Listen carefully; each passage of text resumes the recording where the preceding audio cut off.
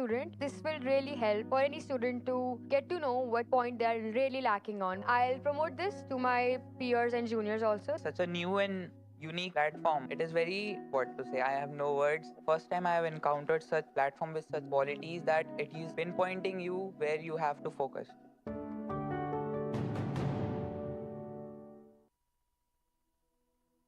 Hi, I am Philomena Gonsalves from Saraswati Global School. I was very happy to be invited for this Q&I, and I would like to draw the attention on these words: connect, inspire, lead.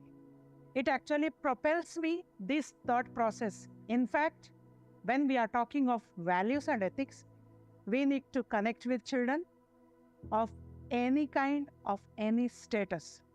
Then comes inspiring. A leader has to inspire, and that's how we leaders lead, and children will follow us in the leading path. The second point to be noted is creating connections in order to teach, inspire, learn. We also spoke about personalized learning, which is very important.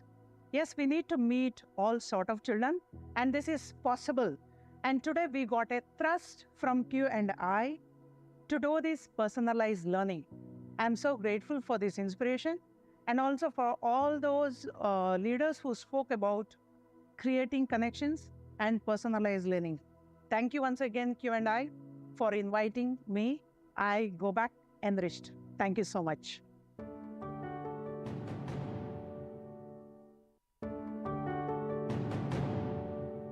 The India Today group has launched this to help students to focus and have clarity in their lives. The analysis part, the assessment part is really very good. I would really like to thank Q&I for giving us the platform for learning such amazing things. It's a very important platform for this assessment-led program. It's something that's going to actually make them very independent, make them understand what are their potential strengths, what are their weaknesses. Especially to look for my career and for guiding me. I'll be very thankful and grateful to the Q&I.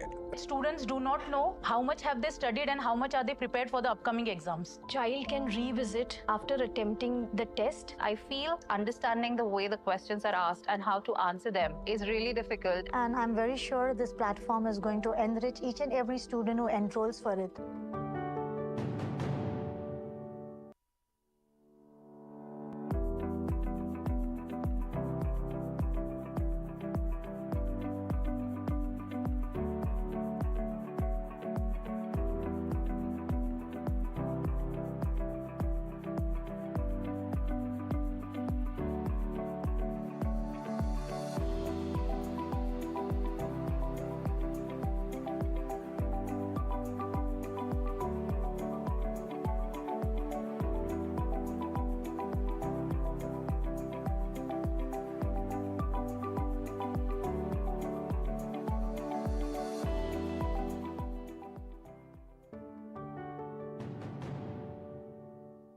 I have, seen my son, prepare very closely for JEE. So I've been a part of his journey. From my perspective, the challenges which a student face, one is the enormous syllabus which a student has to cover.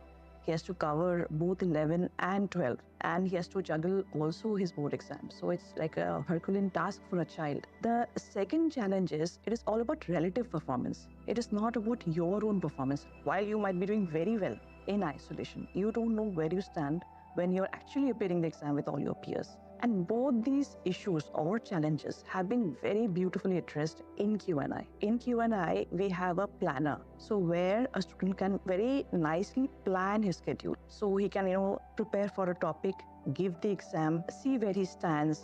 If required, he can repeat that topic. That is one part of it. Second is, with Q&I, we have a feature called as IQ Matrix, wherein a child gets to understand where he's doing well or the topics where he needs to actually strengthen himself. So that itself, again, complements the entire preparation process. The other part, what I talked about, is about relative performance.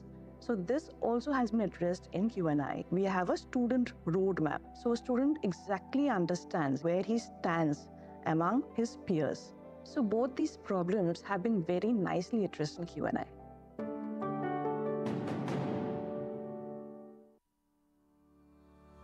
We also like this Q&I complete concept, the way they are planning to equip and empower students. The foundation course also they are running 8 classes, 8, 9, 10, because need of the hour. Science and maths being the core subjects. And then for classes 11th and 12th, JEE mains, advanced and NEET exam, schools must grab it. And also, as I shared, they've tied up with 50 schools and 5,000 students, and the success ratio is 15%. I think that's pretty high. The country has success ratio of only 4%. So I also strongly recommend this Q&I system concept to all the schools, and I think it will be great help for students because the presenter himself is an alumnus of IIT Kanpur, and the way he reflected on everything, so I was quite impressed. And I'm sure that if someone from such premier institution is at the helm of affairs, then everything will be on the right track and will bring laurels to children in days to come. So I wish Q&I team all the very best, so that the schools and students of Jammu, they should reap the benefits of this great facility available at the doorstep. Getting started on Q&I.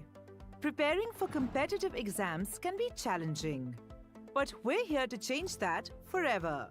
Introducing Q&I, the assessment-led learning platform that brings the fun back into learning and gives you the tools to perform at your level best in JEE and NEET.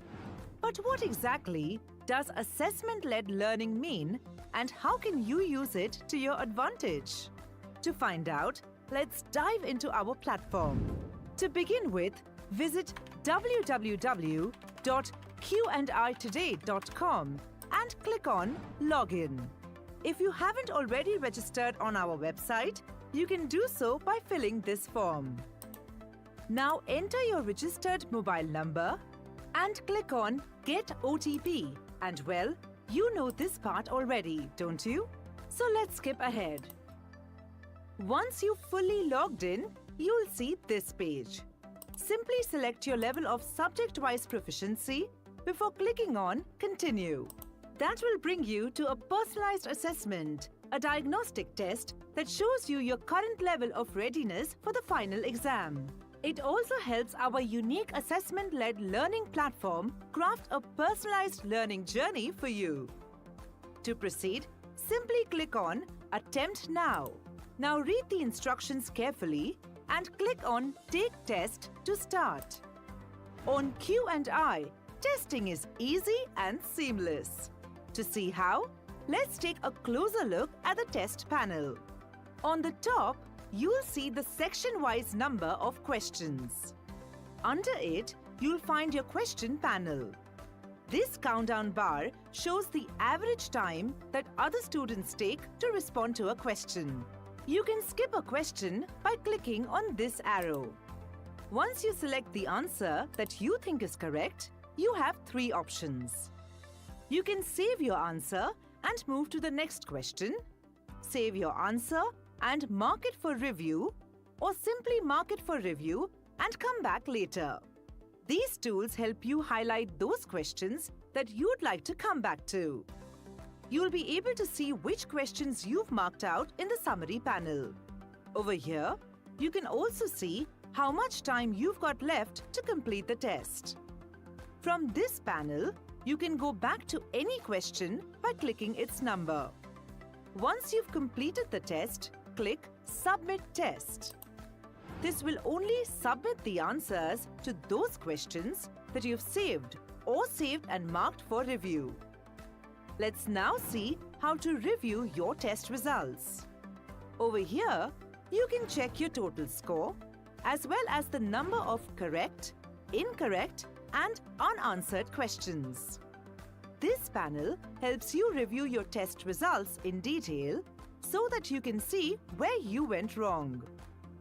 You can hover your cursor over any topic to get more details. Once you make it to this screen, you've officially taken the first step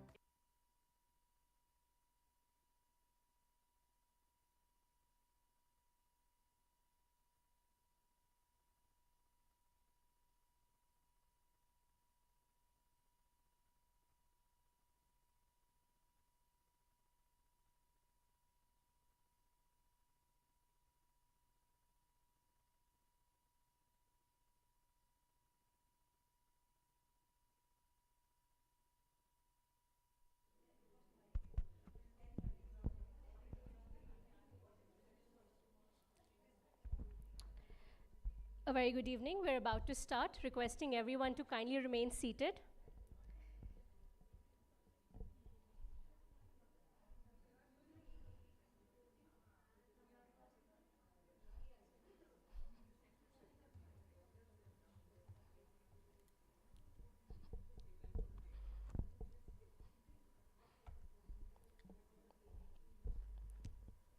A very good evening to this August gathering.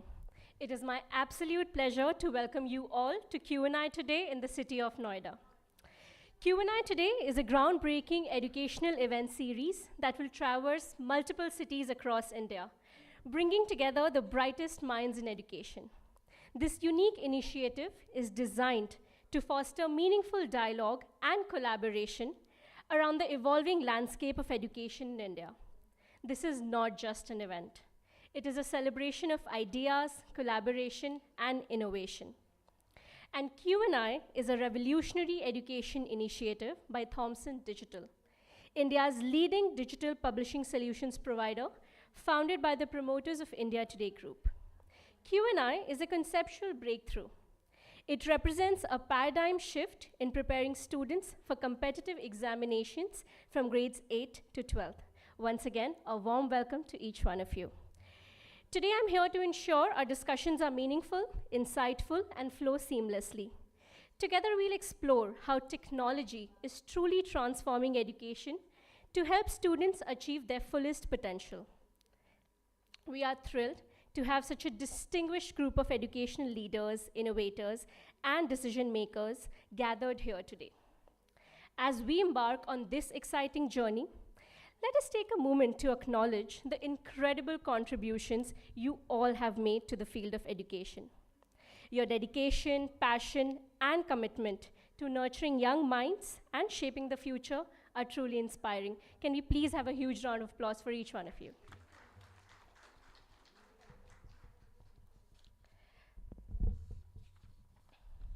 We have a packed agenda for today, featuring engaging panel discussions, interactive sessions, and thought-provoking presentation. We hope these sessions will spark new ideas and inspire you to take your initiatives to greater heights. The first segment for today is a panel discussion. But before we dive into the panel discussion, let me introduce our panel discussion topic for today.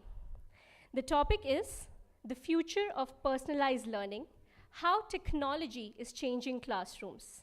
And we're truly honored to have an esteemed panel of speakers for this discussion. May I please invite our esteemed panelists to the stage. Ms. Avni Singh, Principal, Ramagya School, Noida Extension. May I please invite you to stage, ma'am?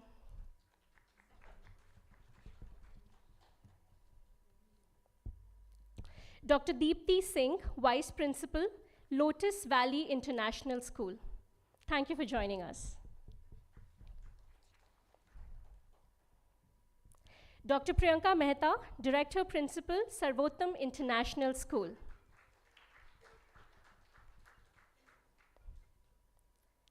Ms. Annie Williams, Cluster School Director, North Z Learn Limited.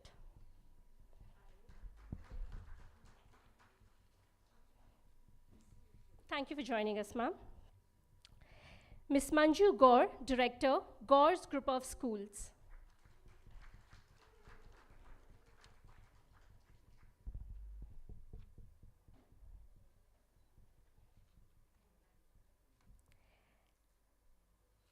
And Ms. Sharmila Raheja, Principal, Uttam School of Girls.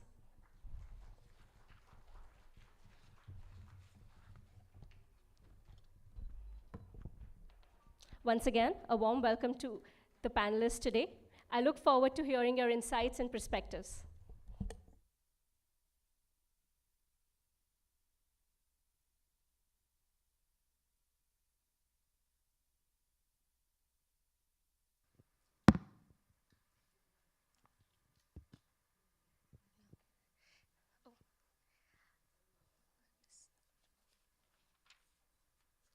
Our sixth panelist is here.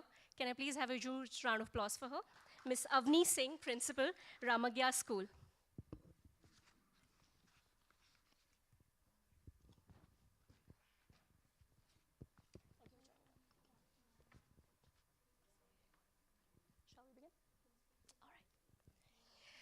Good evening, everyone.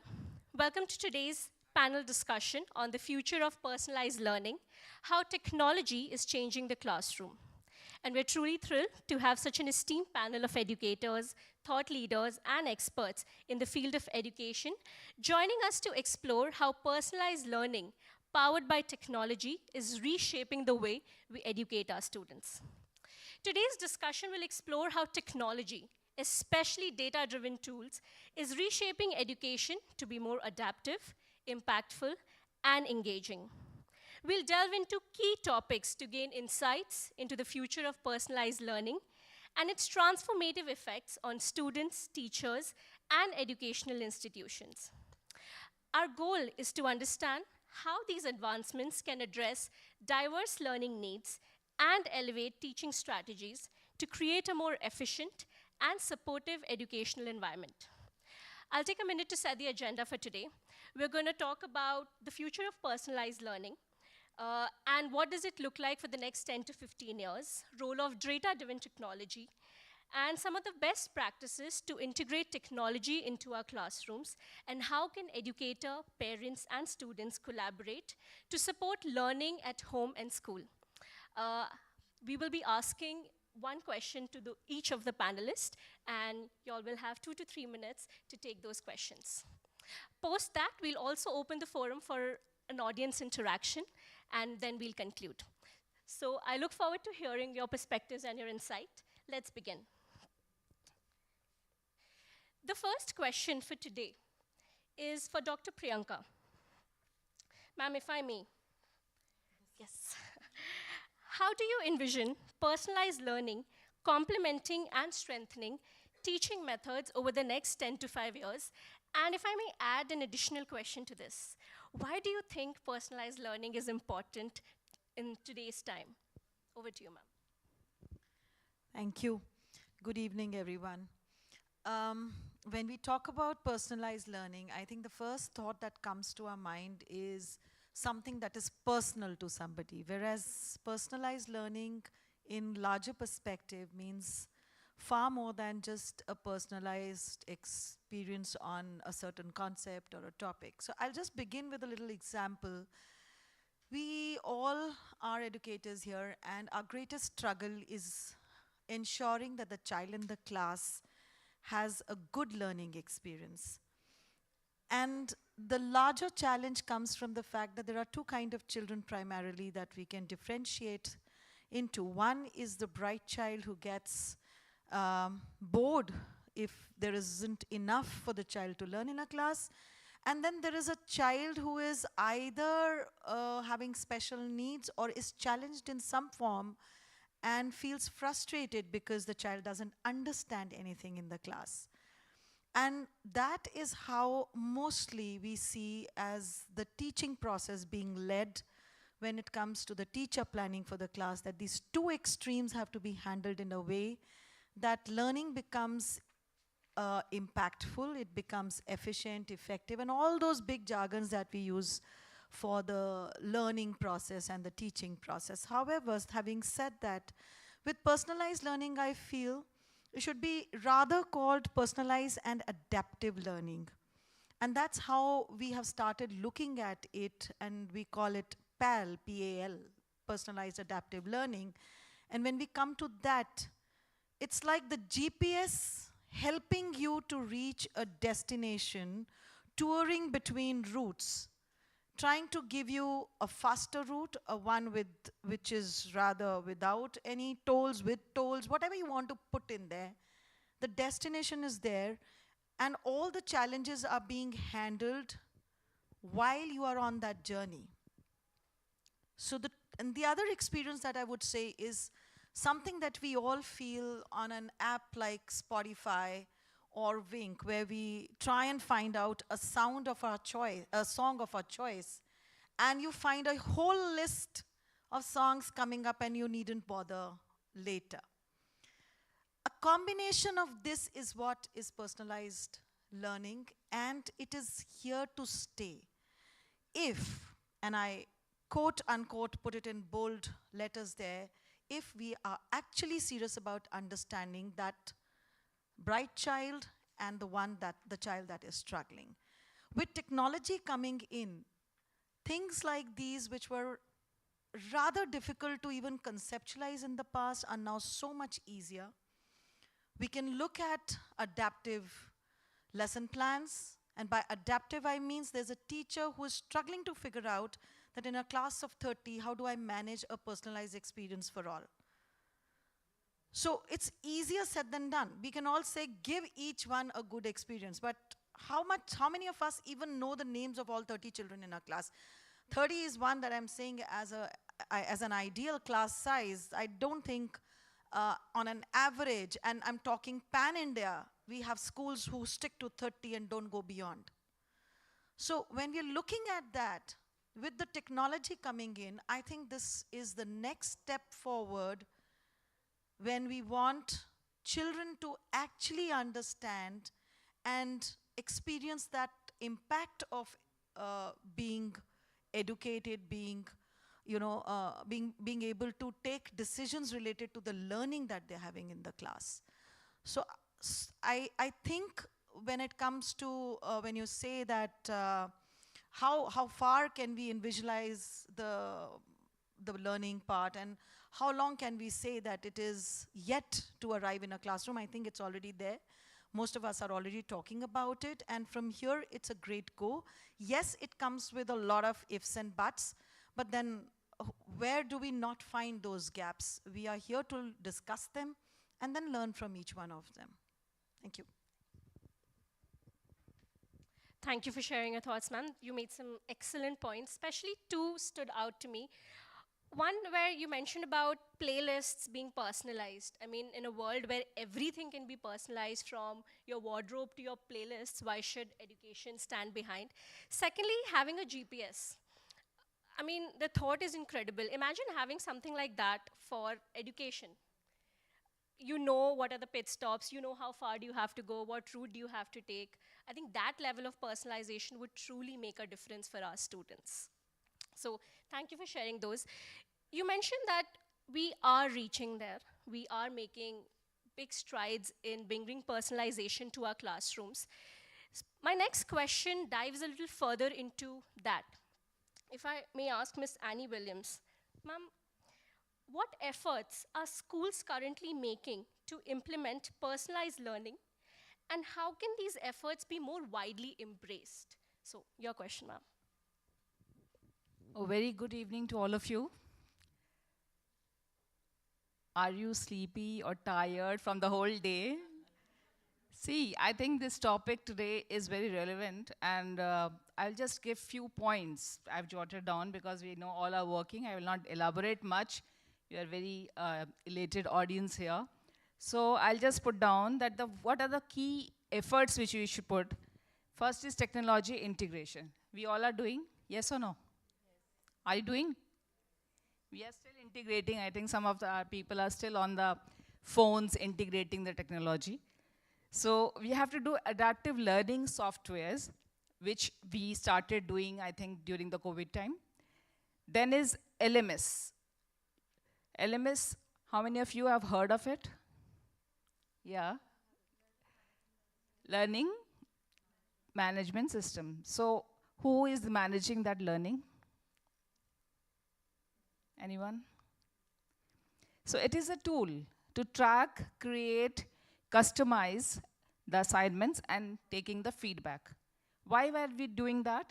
So that we can get the feedback immediately and we can take an action for what has to be done for an individual student. Like Dr. Priyanka has said, that it has to be personalized. So in a class situation like ours, where the children are 30, 40 in numbers, you cannot go one-to-one in the physical realm. But online with the LMSs, we can do that. Then is CBE, that is competency-based education. That is at his own speed. I think we know the difference between competency and skill. Anyone can differentiate competency and skill? Because NEP says a lot about competency, competency-based questions, competency-based mapping of the syllabus. Anyone? difference between competency and skill. You can Google. So competency is the attitude, the way that you think about a certain thing. That is a personal thing. So when we study or the children learn according to their competency, it is at their own speed and at their own difficulty level. The fourth point will be the data-driven decision making. So we have a lot of data in our schools. हर चीज़ का data है हमारे पास. But are we using it to analyze the potential of the child? Are we doing something about how the child is learning? How much is required? So every school and every educator or facilitator should understand the data which is in the school also helps the report cards. Now if you say HPC for the classes which has come, it is an elaborate system of understanding a child, right? Holistic development, holistic report card we are making. So the data here helps how much growth the child has done in the complete session or the year and from one class to another. Flexible learning environment. Nowadays, such a lot of is on AI and augmented reality that people are going for flexible studies. Even you people must have, some of you must be having, doing some courses online, doing some upgradation of your, skills. So project-based learning, collaborative spaces. Collaborative spaces means like we do group activities, inquiry-based, blended learning, in-person or online. So we are having trainings. CBSE is doing like now Parak, NCRT has, I think on 31st there is some training for HBC. So these trainings will help the teachers to understand a child better. Then is differentiated instruction. This is a very old concept, differentiated instruction, but we are hardly using it. It is VARK. Have you heard of VARK? V-A-R-K. Reading, writing, and case. Anyone can give them some tea, please? I think it's tea time, and we need some energy here. Because, see, we are all teachers. If my class at the 8th period will start sitting like this and not listening, I will not be in energy to speak or even motivate. I'll just read it and go. So I don't want that. There should be some takeaway. So these were the points which are the efforts. Now I would just quickly go through how these efforts will be widely embraced, how every one of you here can actually put it in your school. To broaden the implementation of personalized learning, first is professional development. How many of you agree? Just raise your hands, please. Is professional development required or we are enough? हमें सब कुछ आता है. I think those who are present here are already into it. They want to learn. Second is collaboration and sharing best practices. So what are best practices in teaching, learning, facilitation, education? हमें हमारे school में हो रहा है, दूसरे school को पता नहीं चलना चाहिए. What's the use? Earlier we had some, the CBSE had done monitoring and hand-holding. So that was good, but it was stopped. But we can do of our own. जब हम मिलते हैं एक दूसरे से इन्हीं platforms पे, thank you, we collaborate, we understand each other, what we are, where our school is, and how much we can implement. Adequate funding and resources. This is for companies like Thomson. And of course, for the government, state, and central, even to help children and teachers do it for the research work or for extra learning, they should fund the schools. You should clap for that. I think that's a good idea. Then is parental and community involvement. It has become very important. This is the annual function season going on. from December, January, February, everyone is going to have annual function पहले बाद में, and बड़ा school है तो 2-3 हो जाते हैं, primary, pre-primary. So what are these actually? These are the parental involvements where the parents are not involved at all. The parents are just involved to bring the child in the school, practice ho gayi, chale gaye. I would suggest, like I'm working with Zeal Limited, we have come with an idea that parent orientations, not lecturing them, engaging them in activities. So there was a, last few years back, it was started as coffee with the principal or tea with the principal. But how much it went? What was the outcome? So everything should be decided at what outcome we need. Then is fostering a growth mindset. We need to grow. अब हमारी उम्र हो गई है, हम तो principal बन गए हैं, 8-10 साल से प्रिंसिपल है, नो नीड, क्या करना है, चल रहा है आराम से, कौन दिमाग डालेगा? We have a PA, computer teacher है, वो कर देता है. Reality.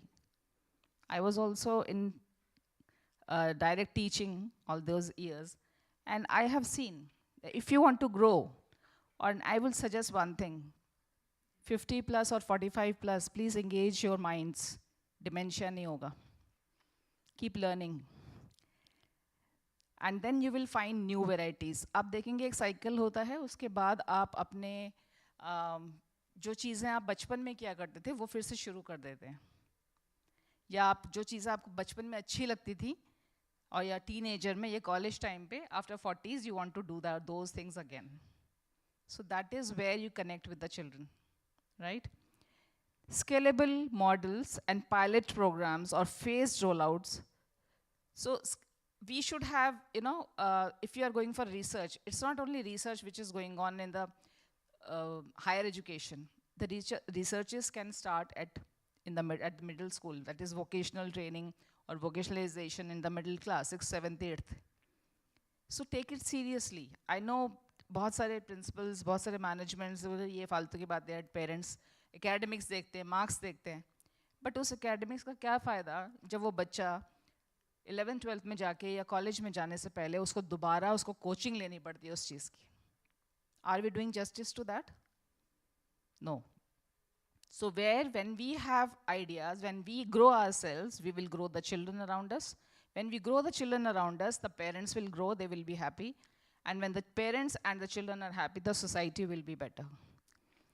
Leveraging student voice, ownership and learning. If a student has come out with some idea, please let them have their say. If nobody has thought of going to the moon, today we wouldn't be on the moon. SpaceX, something happened today. It is failures which bring success. So it doesn't mean that it has not to be done. Last is addressing equity. SDG goals. Many of you will be doing it and you are putting in the schools. Equality to equity. So equity is always there. Equity means equal opportunity or equal things. What is equity? How is it different from equality? Can anyone just please tell? Yes?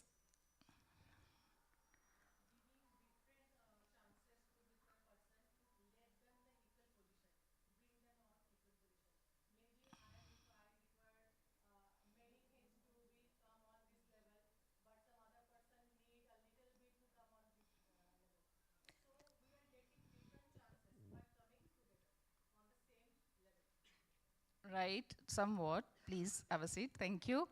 I would little bit, modify it.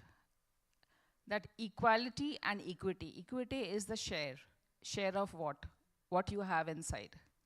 So giving them the opportunity to understand at their own level, to bring according to their competency, they get the chance.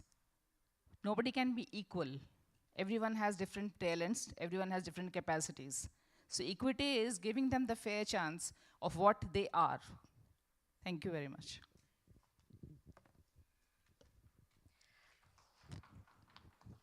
Yes, let's please have a huge round of applause once again. Well, Wow, thank you so much, ma'am. Great insights. We've gotten a very comprehensive framework to bring personalization, adaptability within our classrooms and for the people in those classrooms, and involving parents as well. So once again, thank you for sharing such a comprehensive framework. If I may take this a step further, so we've understood different strategies, different strategy heads that could help us bring personalization in our classroom, make them more holistic. If I may ask Ms. Manju ma'am, ma'am, what are some of the successful strategies that you've implemented at your school that have brought in adaptive learning or personalization within those classrooms? And what support did you or would you need to ensure that these initiatives go on for longer and they do not stop? Your question, ma'am. Thank you so much. And one thing I want to tell ki why I am here, because all the principals are here and I am the owner of the school. And जितनी terms ये madam बोल पा रही थी ये तो मुझे पता भी नहीं होंगी. तो it's really difficult for me. और ये I think principals मुझे क्यों बुलाया गया I don't know, because I am the owner. But फिर भी अगर हम personalized learning की बात करते हैं तो I think जो भी मैनेजमेंट स्कूल बनाता है फ्रॉम द डे वन, जो प्लान करता है अपने माइंड में कि स्कूल बनना चाहिए, तो पर्सनलाइज लर्निंग वहीं से ही शुरू हो जाती है. बिकॉज उस टाइम पे हमें स्मॉल टू बिग सबको कैटर करना है और every age group students we have to cater. So उस टाइम जो इंफ्रास्ट्रक्चर है वो कैसा बनेगा, प्रिंसिपल तो बाद में आएंगी, वो किस तरीके का बनेगा, कैसे बच्चों को लर्निंग दी जाएगी, कैसे पढ़ाया जाएगा, this is very very important.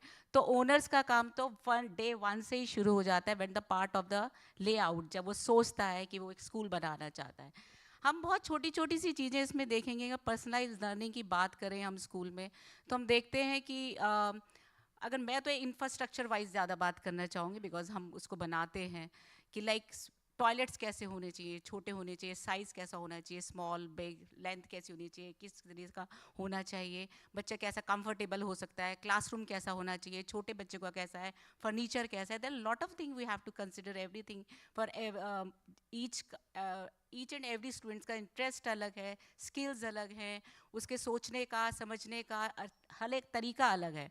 तो जो ओनर्स हैं वो अगर पर्सनलाइज लर्निंग की बात करता है तो हमारे पास प्रिंसिपल्स बहुत सारे ऐसे प्रोग्राम्स लेके आते हैं कि मैडम किस तरीके से हम करें, स्कूल में क्या नया लेके आएँ, क्या इनोवेशंस हो. आजकल कंपटीशन इतना हाई हो गया, it's not easy to survive for any school.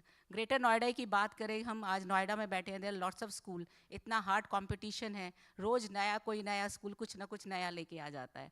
सो उस बीच में बैठना इट्स नॉट ईजी. तो उस टाइम पे जब प्रिंसिपल अपनी ब्रेनस्टॉर्मिंग करती हैं कि हमें ये नया लाना है, नई चीज़ लानी है, हम कैसे इसमें पर्सनलाइज लर्निंग, तो हम छोटी सी छोटी चीज़ों पे भी काम करने की कोशिश करते हैं. मैं एक छोटा सा एग्जांपल लूँगी. अगर हम एक बच्चों का रिसेस ब्रेक पीरियड होता है, उसमें भी हम ये सोचते हैं बच्चों को हम क्या लर्न करा सकते हैं. वो भी एक बहुत बड़ी चीज़ है. बच्चा जब अपना टिफ़िन खाता है, लंच करता है, तो केयरिंग एंड शेयरिंग सीखता है, न्यूट्रिशन सीखता है, एंड कितने टाइम में उसे खाना है, वो भी बहुत सारी चीज़ें वो उस टाइम पे सीखता है. तो हम कितनी सारी चीज़ें उसे सिखाते हैं. सो आई थिंक हम मेरे पास तो बहुत सारे प्रपोजल्स मेरी प्रिंसिपल्स लेके आती हैं कि मैडम आपको ये चीज़ें लेके आनी है, तो हम उसको देखते हैं, अगर वो ठीक है तो हम उसे ज़रूर इम्प्लीमेंट करते हैं, क्योंकि बच्चों के लिए बहुत ज़रूरी है. और मैं बात करूँगी पर्सनलाइज लर्निंग की, तो बहुत सारी चीज़ें हम कर रहे हैं, वर्जन एक्स कर रहे हैं, ERP कर रहे हैं, देयर लॉट ऑफ थिंग. आजकल आई थिंक सभी स्कूल इस सब चीज़ों को कर रहे होंगे, मैं अकेली नहीं कर रही होंगी, और सभी स्कूल चीज़ों में लगे, बिकॉज टेक्नोलॉजी इतनी इंपॉर्टेंट हो गई है इस टाइम पे, उसके बगैर तो कोई स्कूल सर्वाइव कर ही नहीं सकता. सो आई थिंक कि मैं अगर थोड़ा सा कुछ अलग काम कर रही हूँ तो वो मैं ज़रूर यहाँ पे बताना चाहूँगी कि जैसे मैं वर्जन एक्स कर रही हूँ, आई थिंक कोई और स्कूल इस काम को नहीं कर रहा है. This is very important for the safety and security for the every child. And I am doing BBP, Beti Bachao Beti Padhao. I am ये मैं मोदी जी का जो एक सपना है उसको हम यहाँ पे कर रहे हैं. इसमें हम अब तक कम से कम 700 स्टूडेंट्स लड़कियों को पढ़ा चुके हैं, CBSE affiliated, and 12th we are giving free education. And जो लोग अपने रूट्स से अभी भी जुड़ना चाहते हैं, they want to remain touch with their roots, तो उसके लिए भी मैं बहुत काम कर रही हूँ. गुरुकुलम, मैं गुरुकुल चलाती हूँ जहाँ पे 4 वेदों की पढ़ाई की जाती है, और मेरे पास 40 स्टूडेंट्स हैं जो मेरे पास वहीं रहते हैं और वो 4 वेदों की पढ़ाई करते हैं. I am doing NCC also, और NCC में एक ऐसे लेवल पे लेके गई हूँ अपने स्कूल की जहाँ पर मेरे बच्चों को डायरेक्टली थल सेना में बच्चों को एंट्री मिली है, ये मेरे लिए बहुत बड़ी बात है। हमने उस पर बहुत काम किया है। बच्चों को ये एजुकेट कराना कि NCC and scouts and guide, अगर हम दूसरे देश देखें तो वहाँ पे कितना काम होता है। मैंडेटरी है कि बच्चा, उसके पास एक सोल्जर की ट्रेनिंग होना बहुत ज़रूरी है। हर एक नागरिक जो है वहाँ का सिपाही है। हमारे देश में ये पहले चीज़ें थी जो अब ख़त्म होती जा रही है। बट जब हमने स्कूल ओपन किया इन 2014 तो हमने बहुत एक अलग मिशन रखा। मेरे पास कोई थर्ड लैंग्वेज नहीं थी, आई हैव ओनली संस्कृत। मुझे लगा कि संस्कृत हमारी भाषा है, हमें उसको आगे बढ़ाना चाहिए। वाई जर्मन पढ़ाना है, फ्रेंच पढ़ाना है, जिस बच्चे को पढ़ना होगा वो 2 मंथ्स का कोर्स पढ़ के कर लेगा। क्यों ज़रूरी है बच्चों को इतना प्रेशर देना? क्योंकि मैं अपने टाइम पे अपने बच्चों को पढ़ाते हुए देखती थी कि कभी फ्रेंच का टीचर नहीं मिल रहा है, टीचर जो स्कूल में पढ़ा रहे हैं वो सफिशेंट नहीं है, फिर भी हमें ट्यूशन्स लगानी पड़ती है। This is very very difficult. So हमने ऐसी बहुत सारी चीज़ें करी अपने स्कूलों में जो कि नई, गॉड इंटरनेशनल स्कूल में जो कि बहुत नई है। बच्चे स्काउट्स एंड गाइड्स में बहुत काम कर रहे हैं। ये बात जब हमें पता चली कि स्काउट्स एंड गाइड में भी आगे जाके बहुत स्कोप है, जहाँ पे राज्यपाल, उप राज्यपाल, ऐसी जॉब्स हैं जहाँ पे बच्चे जा सकते हैं। एंड एनसीसी में मेरे बच्चे बहुत काम कर रहे हैं और बहुत आगे बढ़ रहे हैं। एंड मेरे बच्चे जीरो वेस्ट उस पर बहुत काम कर रहे हैं, क्योंकि हमारी टाउनशिप है। So we are doing lot of work on zero waste. कैसे हज़ारों टन कूड़ा सारे 6-7 घंटे में ज़ीरो कर दिया जाता है। आज बड़े बड़े लैंडफिल्स हैं। आज हम अगर यहाँ पे देखें, अपना जो इंदिरापुरम की तरफ है गाज़ीपुर, इतना बड़ा लैंडफिल है, क्योंकि ये कॉमन सेंस जैसी चीज़ें जो स्कूलों में नहीं सिखाई जा रही। This is very important to learn your students कि किस तरीके से जो हम टिफ़िन खाते हैं उसको भी कैसे सेग्रीगेट करना है। अगर उसमें से फॉइल है तो फॉइल को अलग रखना है, अगर आपका कुछ खाना बच गया तो उसको अलग रखना है। This is all learning, this is all personalise learning, कि कैसे काम करना है। मे भी हो सकता है मुझे ये सब टर्म्स मुझे नहीं पता, प्रिंसिपल्स जो बोलती हैं, I don't know about all this things because मेरा देखने का पर्सपेक्टिव अलग है। सो हम इन सब चीज़ों पे बहुत काम कर रहे हैं और मैं चाहूँगी कि हम एक दूसरे से बहुत कुछ सीखते हैं, दूसरे स्कूल भी इसको सीखें और शायद कुछ और इसमें करें। शायद मेरे को फाइनेंशियली इतने लिमिटेशंस नहीं होती तो, क्योंकि हम बिकॉज ऑफ ऑनर्स हम ये चीज़ें बढ़ावा देते हैं कि हम करें। बट अगर प्रिंसिपल्स अपने ऑनर्स के साथ ये चीज़ें रखें तो इन चीज़ों को भी बढ़ावा दे सकती हैं। सो आई थिंक मैं तो पर्सनलाइज लर्निंग में बहुत सारी और चीज़ें हैं। माइक्रोसॉफ्ट के साथ हम काम कर रहे हैं, उसके साथ हमारी पार्टनरशिप है। Version X, ERP, lot of things we are doing and lot of clubs. आजकल बहुत यंग CEO प्रोग्राम अभी हमने किया एंड उसमें हमारे बच्चे जो थे अपना प्रोडक्ट मार्केट में लेके आए हैं। This is very big thing for us. So thank you so much, thank you.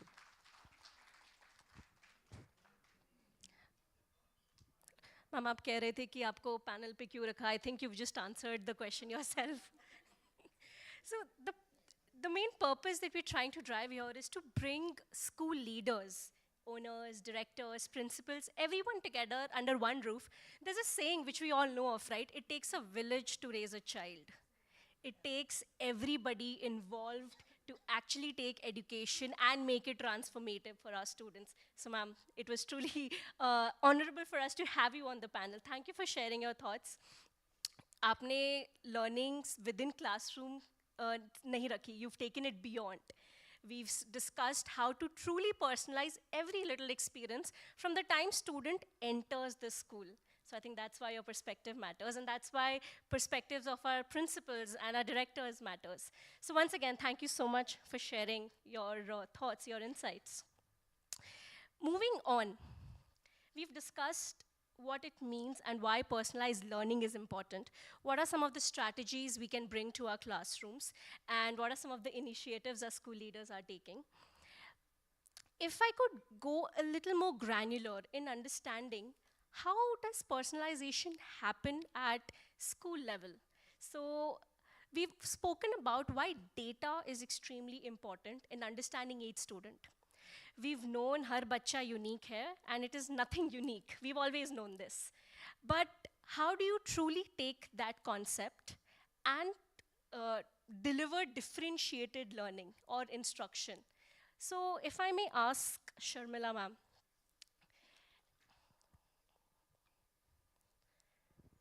what role do you think data analytics plays in truly personalizing experiences, learning for our students and our teachers? Over to you. So I'll take the word truly personalizing. You've heard perspectives from before me about personalization. I'll take the word truly. Priyanka said if there are 30 students, to know the names of each one of them. But if it is truly, if it has to be truly personalized, it has to be a little more than those 30 names. It has to be for a teacher to know about each student's, the way a student learns, what are their needs, what are their strengths, what are their challenges, and then devise something which will bring in learning objectives, which will help you attain learning outcomes for each child. Now, for that, actually, going by each unique individual, you should have separate resources, you should have separate goals. Now, this is an ideal, and this is something because she said truly personalized. Now, if you're talking of that ideal on a micro level, there are a lot of schools which must be doing it, and I'm sure everyone is trying to cater to all the students. Everyone does. But if you take India, at this moment, there are 26 crore students. There are more than 26 crores. There are more than 15 lakh schools in the country. So if you look into that data and if you see what is the goal for the entire country, I'm just talking of a country, I'm not even talking globally. In that context, the only way forward comes from data analysis. Now, data analysis, all of us are doing all the time. All the speakers before me spoke of some data. What is how many schools in Greater Noida? What are their challenges? How do you know? Because you have the data. Your principals are speaking. People around you are speaking. So data is always around us. And all of us, our decisions, ma'am said these days everyone's having annual days. How do you know? Because you have the data that that school had in December, that school, another school had in January. So data is always around us, and our decisions are also based on data. And similarly, the government also, we had SUFL. The reason is to analyze the results. So without data analysis, in fact, if you read NEP, I think in the introduction, perhaps in the third paragraph itself, it mentions big data, it mentions machine learning, it mentions artificial intelligence. So if you're talking of that huge volume, then there are systems in place which will help you predict patterns, which will help you understand what is this. If there are so many doing, calculating erroneously, then what should you do? So these things are there, and if you analyze data, the purpose of this is to suggest strategies to understand learning styles, and hopefully you can track the progress of every child. And even more important, give feedback and then change. You cannot do it unless there is data analysis, and therein comes technology. You can sit and calculate, you can do it on a calculator, and on a large scale, as in systems and as in big data and machine learning, then you take a huge volume. The bigger the sample size, the greater will be the analysis, more appropriate, and then you get systems and patterns to work on and adapt in your classroom. So that analysis is very important if you want to be truly personal. That's from me. Thank you. Thank you for highlighting the importance of data analytics. I was just thinking while we were talking, it would take me 10 seconds to make this entire statement, but even lesser time for AI models to actually analyze that chunk load of data and bring in the results. And I think that is what is important here. It takes away so much of administrative tasks, mundane tasks from our educators and helps them focus on teaching, learning, the reason they truly entered this field. So thank you for highlighting that. Here's a thought. It's very simple.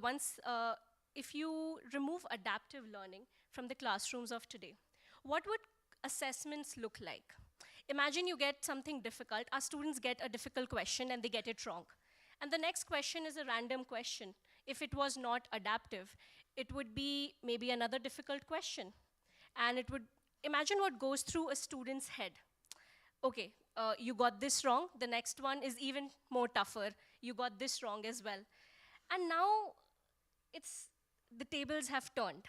You get a difficult question, and the next question is going to adjust itself based on your previous answer. The simple thought itself is mind-blowing. It's truly exciting to think of what change technology is bringing to our classrooms, and why data assessments is important. So once again, thank you, ma'am. Which brings me to my last question.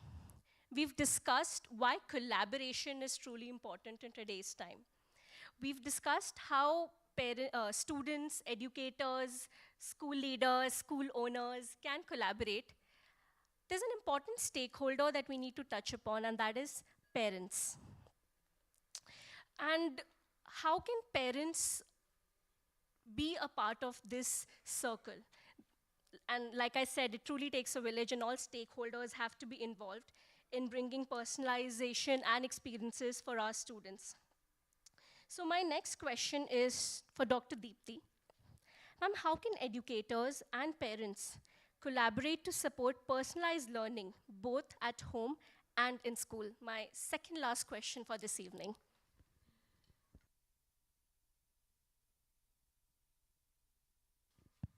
Namaste to everyone. I know it's a late afternoon, and I won't take much time about that. But coming from a counselor's point of view and now an administrator, it's not easy to personalize any learning for a child, especially with a school like ours, which has a strength of 4,600 students. And when we say personalized, truly personalized, it's not easy. But having said that, we did try a few things, and I hope I'm going to share those processes that we have tried, and probably that works at your end as well. So one thing that we do is that we have a beautiful program called Industry Insight. So there are a lot of learners, especially from grade 10th, 11th, and 12th, who are applying to higher education. And they don't know what to do, because there is a disparity between what we are teaching them at school and what is being taught at the university level, and more so the employment skill set which is required while they're in the workforce. So to bridge those gaps, we have come up with this Industry Insight program, and that's where the Parent-School Connect builds in. So luckily, we have a lot of parents who are established and are at a position where they take in children for about a month during the summer break. So during the summer break, for about 15 to 20 days, we send out all our class 11 students to the parents. And they actually experience the real work-life situations, or I would say the work how corporates do. And that's an eye-opener for them. And many of them come back and tell us, oh God, a CA has to be like this. I don't want to be one. So, or a doctor has to, the doctor's life is like this, so probably this is not what I want to do in my life after 15 years. So a career counseling along with the partnership of a parent makes it important for a child to decide what courses he can take up after class 11th and 12th. So this is one kind of a partnership that we do, and we try to make it very personal for each child. And luckily, all these years, for 9 years, we were able to do it, and we are still continuing on that. So another thing that we have very interestingly developed is our CSR project. So we take up parents, because again, we all have a limited number of hours at school, and a teacher's role is becoming very complicated because they are required to do much more than teaching into the school system. So we take on board parents. And what we have done is, like for example, if I give you, we have this Acid Survivor organization, Chow Foundation, if you would have heard of them. So one of our parent is aligned to that foundation, and on Saturdays, so they come in and take our children to different places. So these are field visits, these are projects, hands-on experiences to work on community service along with the children. This is the second type of project that we have taken in. The third thing that we do is Discovering India. Discovering India is, as ma'am was saying, let's explore India and then probably talk about international projects. So what we do, interestingly, is we take up each state in a month and we talk about it. So we call in parents and we tell them to talk about the culture, the festivals, the the food or maybe the dresses about that particular state. So somebody who's belonging from Gujarat may come and talk about their own religion, their own culture, and educate our children. So that is how we are reaching out along with the collaboration with the parents and making it a bit personalized in a sense. And another important thing, because I come from a background of clinical psychology, we are lucky to have a very big group of counselors and special educators. So we do a lot of initial screening.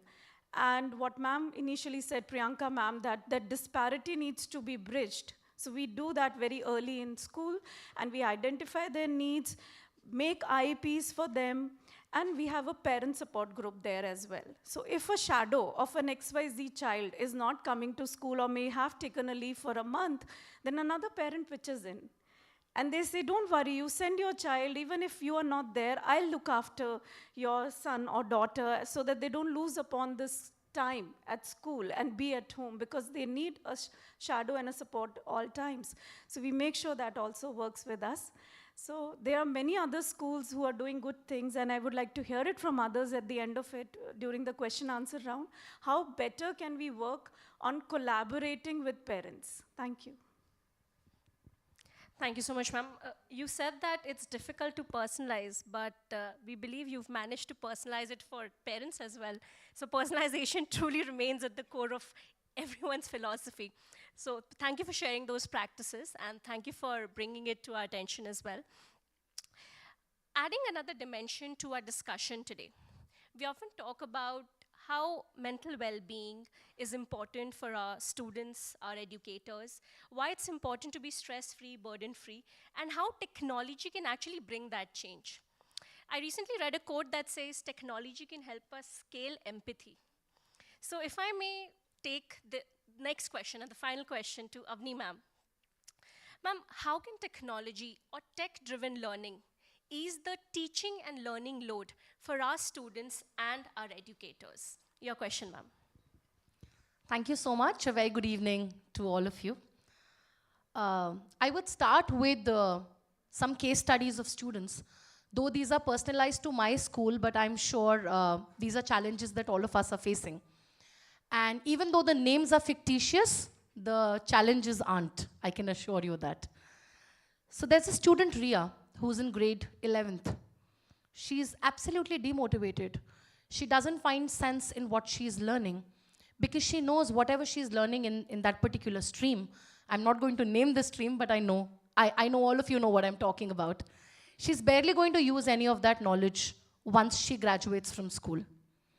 So she's demotivated and she doesn't see any sense in what she's studying. Till grade 5, she was very interested in music and sports. But after grade 8, her parents, her teachers, her school principal, everybody's pressurizing her into getting good grades because ultimately the school result is important and even her result is important. Second person in my story is a teacher, Alka, who at the end of the month, rather than doing an analysis of how her children are faring and what are her strengths, weaknesses, like Sharmila ma'am said, we need to know more about our children than just their names. Instead of doing that, she's calculating the total number of working days, the total number of days the child is present, the total number of days the child is absent, and what is the attendance percentage, because at the end of the month, she needs to send an email to the children who have not been coming regularly to the school. 20 to 30% of the time, the teachers are doing administrative work, reports suggest. And administrative work which is clerical, which is manual. So there are two important words which have been asked in the question that I'm going to emphasize upon. The very first is stress. Educational institutions should be the last places for stress. And I'm sorry to say that they are the first places for stress. I'm glad that we have a clinical psychologist on the panel, and I would also like to hear from all of you how you are bridging those challenges and analyzing the gaps and filling them. Because there are students in senior grades who are gulping instant coffee, teaspoonfuls of instant coffee in the night just to stay awake.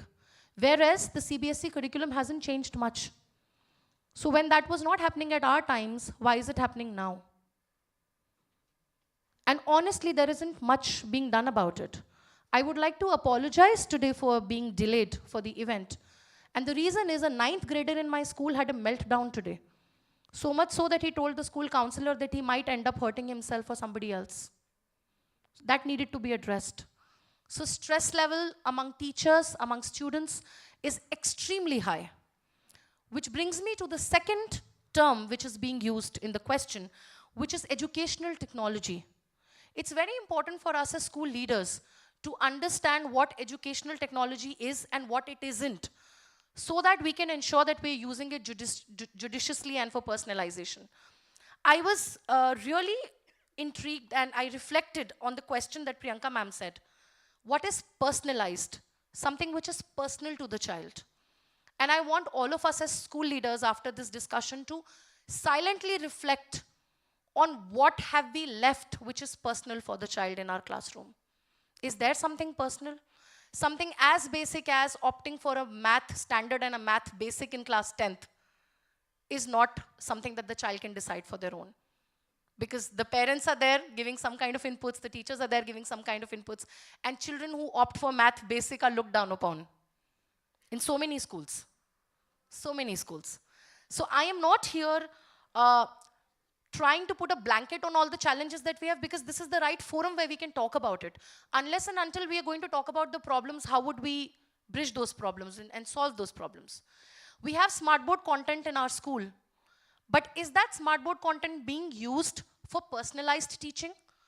A teacher is standing on one end of the classroom, students are on the other end of the classroom. So this is exactly how the classrooms looked 60 years back. What is the difference that we have done? I received a long email from a parent a few months back because there was a seating arrangement that we had done in the class, and the parent said, my child is having a neck problem because they have to tilt to look at the smartboard. Because our teachers are not equipped enough to understand that if we have done a group seating arrangement, then a lecture method class should not be delivered at that time. So technology is definitely helping ease stress, provided it is being used well. There were a lot of schools that were using breakout rooms on different online platforms. A lot of project-based learning was done. A lot of smaller groups were made in classes where children were working in a collaborative manner. But a lot of that has faded away after we have come back to our regular physical classes. And now when the school goes online, we again take it as a pain, because I understand there are a lot of things which cannot be done in online classes. However, there are a lot of things that we cannot do in physical classes. It's important for us as school leaders to identify how can we empower our teachers and our students. There are wonderful platforms with quizzes, with breakout rooms, where children can make a vision map themselves, where they can do a concept map of the entire chapter themselves. And the entire class can be student-led and personalized. And in such classes, it's wonderful to see students who are not participating in physical classrooms actually contributing to the class. So unless and until we use technology for the benefit of the children and make it more collaborative and student-led, it will not be able to help. Does it have potential? Yes, tremendous. But are we using it to the level at which it has potential? No. We still have a long way to go. It's amazing that a lot of schools have come up with very nice innovative practices in the benefit of children as well as in the benefit of parents, but it still has a lot of potential to be scaled up. And for that, it's important for us to not look down upon technology, look down upon AI. If somebody has written an email using an AI tool, I don't think it's a problem. Because so many times, if you use that email, it will give you the phrases that needs to be used. So it's important for us to embrace change because it's here to stay and use it in the benefit of especially the learners. Thank you so much. Thank you. So it's very nuanced perspective and some very important points made. Thank you so much for sharing that, ma'am. We've often heard a saying that goes like, we can't bring 21st century students to a 20th century classroom. And when we truly combine great teachers with technology-enabled classrooms, we create magic. And I think you've just spoken about where that magic comes from. We create happy, confident, future-ready, skilled students and we've brought in educators and parents into the helm as well. So thank you for sharing that. With that, we come to the end of our panel discussion. A big round of applause for each of our panelists, please. But don't let it stop, because you all have been a wonderful audience, so let's have one for you all as well. Let's take a few minutes and open the forum for some additional questions. We could take maybe 2, 3 from our wonderful audience members addressed to our panelists. So if you all have any questions you all would like to address to any of the panelists, let's take it now. I'm going to request my team to kindly be available with mics. Yes, ma'am. Yeah, good evening. I'm Himal, Principal Hansraj Model School, Punjabi, Bagh, Delhi. We talked a lot about the different strategies that you've been using. Indeed, it's been, some of them are real takeaways for us as well. But I always want to see also the challenges that we will face when you get into the personalized learning that we're talking about. There are so many changes that are happening. We are adapting to that. Before we have actually precipitated into that change, there is more change that's waiting for us. So personalized learning, could anybody, I mean, I don't have any one particular person to answer this for me. What do you see as some of the biggest challenges that we would have? And please do keep in mind the different, should I say, strata of the society who will be into the personalized learning as well. Thank you so much. Thank you for your question, ma'am. Sure. A panelist member has to leave for an emergency. Thank you for being with us here today, ma'am. And yes, thank you for that question, ma'am. Priyanka ma'am wants to take it. I'll take a part of it. And I'd request everybody to, like, if you have more points to add. Look, that's a wonderful question. I was just wondering that we've only talked about what should be, and we haven't spoken about what can be and what will be the challenges. So that's really important, because anything that has a magnitude of affecting so many children and so many schools and so many systems has to have gaps. But we all believe that these gaps shouldn't stop us from taking on the new challenges. Having said that, I think one of the major difficulties that we face is our budgets.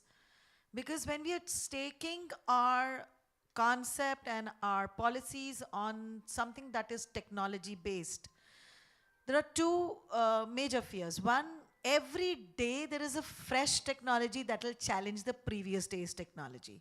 So where do you go? And I think we faced this with the COVID times, that once we were into the times, we knew there were a lot of things that we could hook onto, but while we were maneuvering ourselves through that and navigating through technology, we understood that, oh, this is a technology boom. I don't see it today. I don't know how many of you agree with me right now, but most of us are already talking about children being too much on screen, their health being a challenge, they are exposed to external media where they shouldn't be, parents are not equipped with understanding that technology, some of our teachers challenged on this. So this is one part where we say that things are, but I'm more worried about whether the technology would go deep into understanding what a child actually is, because for that you need a human heart and a human mind working by the side of the child. So anything absolute on technology will not work. Second, I feel that there are always going to be challenges on understanding how repetitive can the answers for the child be on a technology platform. Because those answers and those inputs are also coming from a human mind. So where are we dealing with? What is actually that we're looking at? I think we still have to draw a lot of focus on what exactly is PAL, your personalized adaptive learning techniques, and the LMS. I have personally gone through as many as 50 LMS, and there's only one little difference where the person can say, okay, I've added this to this today. And that's also because to the earlier one, somewhere I had said, ye mere paas nahi hai, ye wala nahi ho raha, aise nahi ho raha. So every day it is coming. We need to be understanding that there's always going to be that little gap. And because it's the child, the perspective is the most important focus. Where are we going? What do we want? What is, like I said, that when we use a GPS, we type destination this to destination this. Now then the GPS asks us questions, toll road, no toll road. Time. I think that the repetitive nature of our correction, the repetitive nature of telling a child, keep doing this. My challenge as a teacher is that I can't go on to my 30 children and say, Acha, what is your work? Acha, tum ye kar lena, ya tum ye kar lena, ya tum ye kar lena. That mundane routine in a learning process can be handled by technology. Creativity will still stay with us. So let's draw that understanding clearly. But when we want effectiveness, we want efficiency, we want things to draw out of data and patterns, like ma'am said. Why is the data important? If you don't understand patterns, you can't take decisions. And human mind is challenged on time and resources when it comes to drawing analysis out of things that you may collect. Technology gives you faster. One thing I think that I'm sure all of us are doing but missed out is generating individualized reports on counseling. And I think we are all doing that.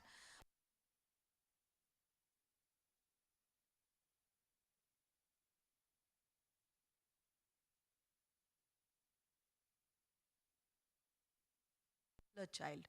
What are the strengths? Where is it coming from? How can the parent step in?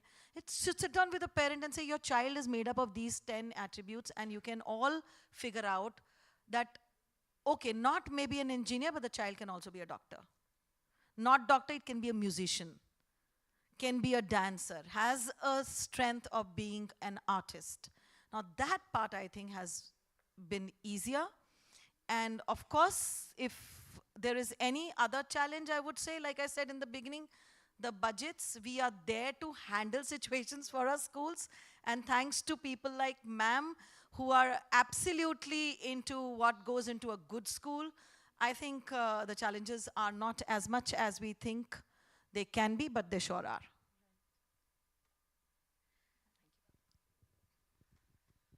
Beautifully answered by Dr. Priyanka. I would just like to add one more challenge that I see, as well as I feel it's going to stay in the future unless we do something about it. Our moderator was talking about an assessment where the difficulty of the next question is determined by the previous question. So I feel I'm talking more about personalized learning as opposed to technology. Our learning cannot be personalized till the time our assessments are not personalized. Till the time our assessments are standardized, we can keep moving towards personalized learning, and we can keep trying to get there, but we will not get there unless the assessment is personalized. So definitely we need to put in efforts into knowing our student, understanding the parameters, the counseling, the everything, but we cannot make any accommodations unless the child fits into that criteria where the report says that you can make accommodations for the child.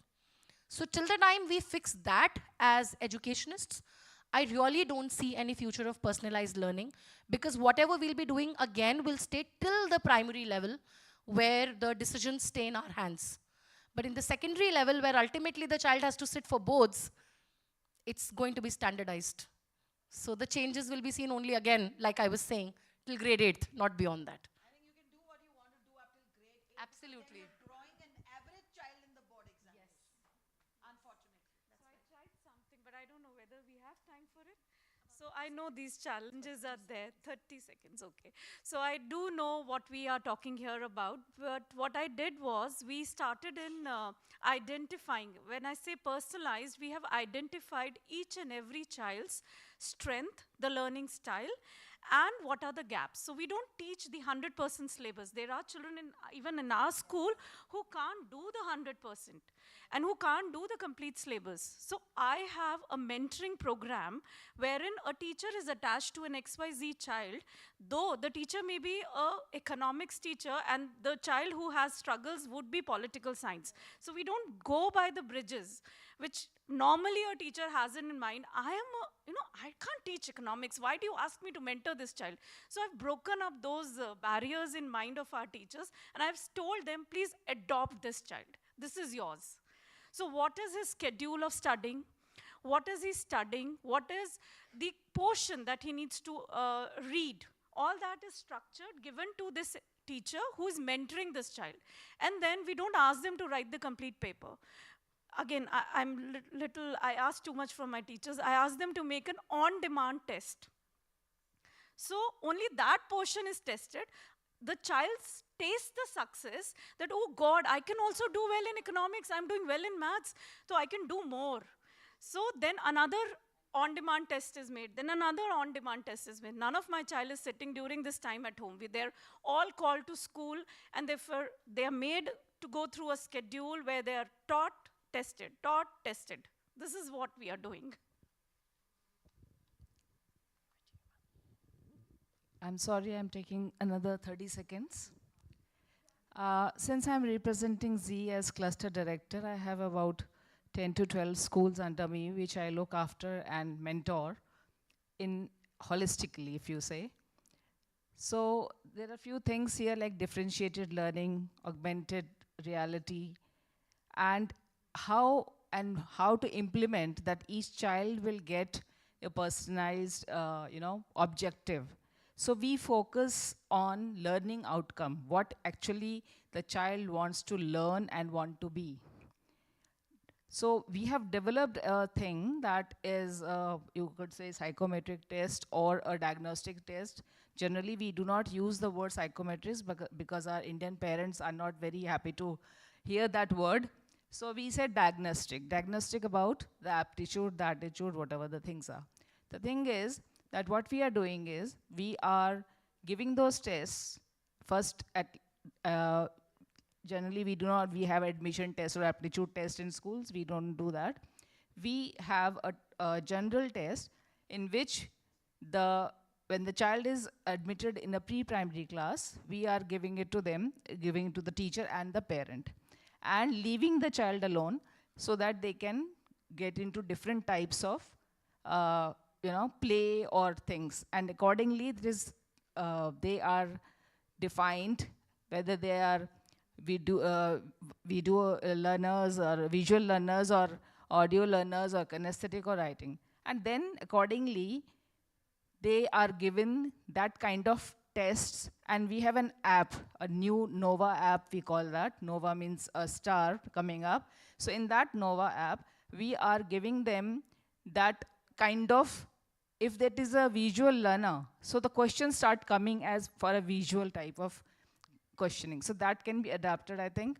And for senior classes, it is done at the before the session starts, and then we can do it after before the second term, before the first term and before the second term, so that we know what type of learner the child is and what is going to be the outcome. So everything, when we say implementation, it is what we are expecting at the end of it. We cannot just say technology, and the child doesn't want to be in technology. He wants to be a classical dancer, or the child wants to be an artist. So that will be developed by that diagnostic test, and there are thousands of them on the online also. The schools can adapt that, and they can, we cannot say कि ये perfect है. Perfect कुछ भी नहीं है. We have to start somewhere.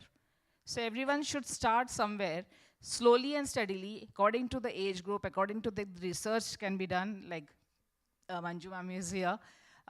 She is a very good, I feel, a philanthropic and sophist in education.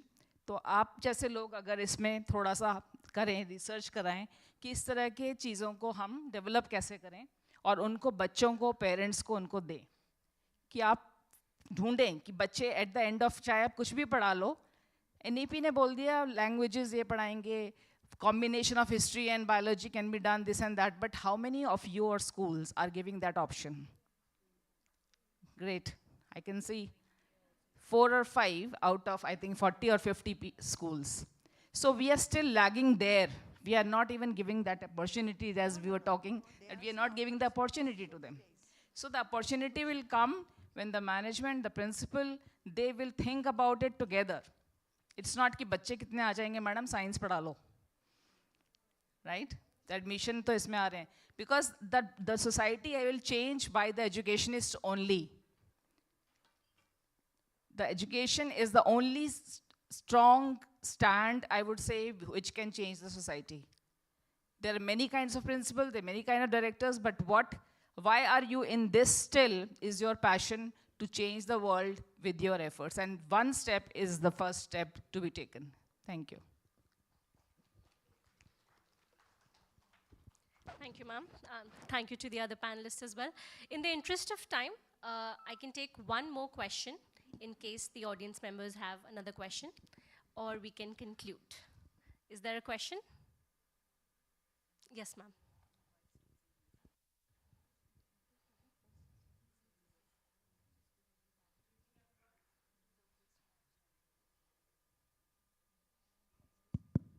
Good evening, everyone. Now, I am sorry to say that if we are, we are getting the diagnostic report of any child, and the attitude of the child is towards the dance or towards the art or something else beyond the studies. So we are going to discuss with the parents, and what I feel when the parent will come and the parent will say कि ma'am हमने school में इसलिए थोड़ी डाला है बच्चे को कि आप उसे डांसर बना दें और आर्टिस्ट बना दें. We are paying fee because we want our child to be an IITian. We want our child to crack the NEET, even if the child is not having interest towards the biology or towards the, mathematics. But it is a parental pressure on the teachers and to the principal that we want this because we are paying the fee, number one. Number two, the parents wanted to prove themselves in the society. They don't think about the child because we have one clinical psychologist here. Ma'am, I am asking you if the parents are coming with this question that, ma'am, my neighbor child is doing so well. He is getting a package of 10 lakh, 20 lakh. So I want my child to crack the MBA. I want my child, that is why my child is in your school. It's a big platform school and I'm paying in thousands for what? So what to do in that case? We are not able to convince the parent because they are proving themselves in the society and they are safe for 4 years if the child is somehow maybe with any private college or somewhere. They are safe for 4 years and after that they say go for MBA. So further they are safer for the 3 years or 2 years. So this is the safety of the parents and they are proving themselves in the society. My child is in so-and-so school doing the engineering and doing the MBA. And finally, the attitude of the child was little different. This time the viral is going on the IIT in Kumbh, that IIT. So what was his attitude that time? He's a pass out of a, Mumbai IIT. And then after some time, he got a job in Canada. And what was his statement? That I was getting in Indian currency around 3 lakhs of rupees, but I was able to spend everything over there in Canada. So what I was getting out of that package? Nothing. Yes. So my passion was little different, and he came into that. I So understand ma'am, to educate the parent, and let me share one thing more. There was a highly dyslexic child in the school, and we discussed, I was able to analyze the child. Once we called the parents, what was the answer of the parents? Ma'am, aapko aise hi lagta hai, मूलों में हुआ था बच्चा तो. You are wrong, because in India they are not able to accept it if the child is having the problem. And in front of me only, the mother gave a big slap to the child. Because she had no sense of the toiletries, so she gave a big, slap to the child. कि घर जाके देखती हूँ मैं भी तेरे को. So see the mentality of the parent. So first of all, we need to educate the parent. And how we are educating, because in the school as a principal, we are dealing with all kind of a strata. We are not dealing with the, highly educated parent. We have all kind of parents with us. So it's very difficult to convey the thing, what exactly we want. I mean, sitting on a chair and discussing, the discussion finally comes to this point that how to, convince them that your child is going to do wonders once he is or she is become an artist.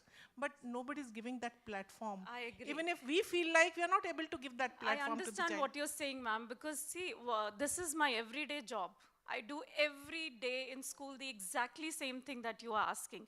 So I'll keep it very short. I'll give you an anecdote. Actual instance, what happened with us was, there is a child, XYZ. She wanted to drop class 10th and say, I don't want to give board exams because I can't study SST. Social studies is very difficult for me and I want to be a dancer. And she was actually a brilliant dancer because she was staying in Noida but going every day to Gurugram for her dancing classes. So she was very sure that I want to do my NIOS and this stupid CBSE curriculum, I can't do it, take it anymore.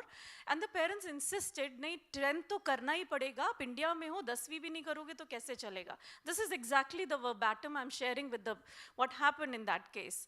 So this parent told me, ma'am, aap bas isko kisi tarah magical, because as counselors, as psychologists, we are supposed to have a magic wand and we just do shoo, shoo, shoo, and the child understands and talks the language that I want to hear. So I said, ऐसा नहीं होता है. अच्छा madam आप इसका test करा दीजिए. वो मैंने सुना है स्पेशल नीड्स वाले बच्चों को SST ड्रॉप करा देते हैं आपके स्कूल में. So you do that. And no, you drop SST and you take an alternate subject like computer application, something like that. The parent went to that level. I'm talking the contradictory of what you were saying. So this happened. And the parent went to a psychologist, and we go with the best in the Delhi. So as expected, there was no need which was shown. The reports, diagnostic report showed the child is absolutely fine. There is no special needs. अब वो फिर रोना धोना शुरू हुआ. Anyway, baby steps. So in this case, we had to counsel the child and the parent to take up and at least finish class 10th. And in my current alumni meet, this girl is doing financial analyst in one of the top companies of India who was dropping her class 10 to become a dancer. I'm giving you a real anecdote of what children go and feel at a point of time that हम नहीं कर सकते या हमें नहीं आता है.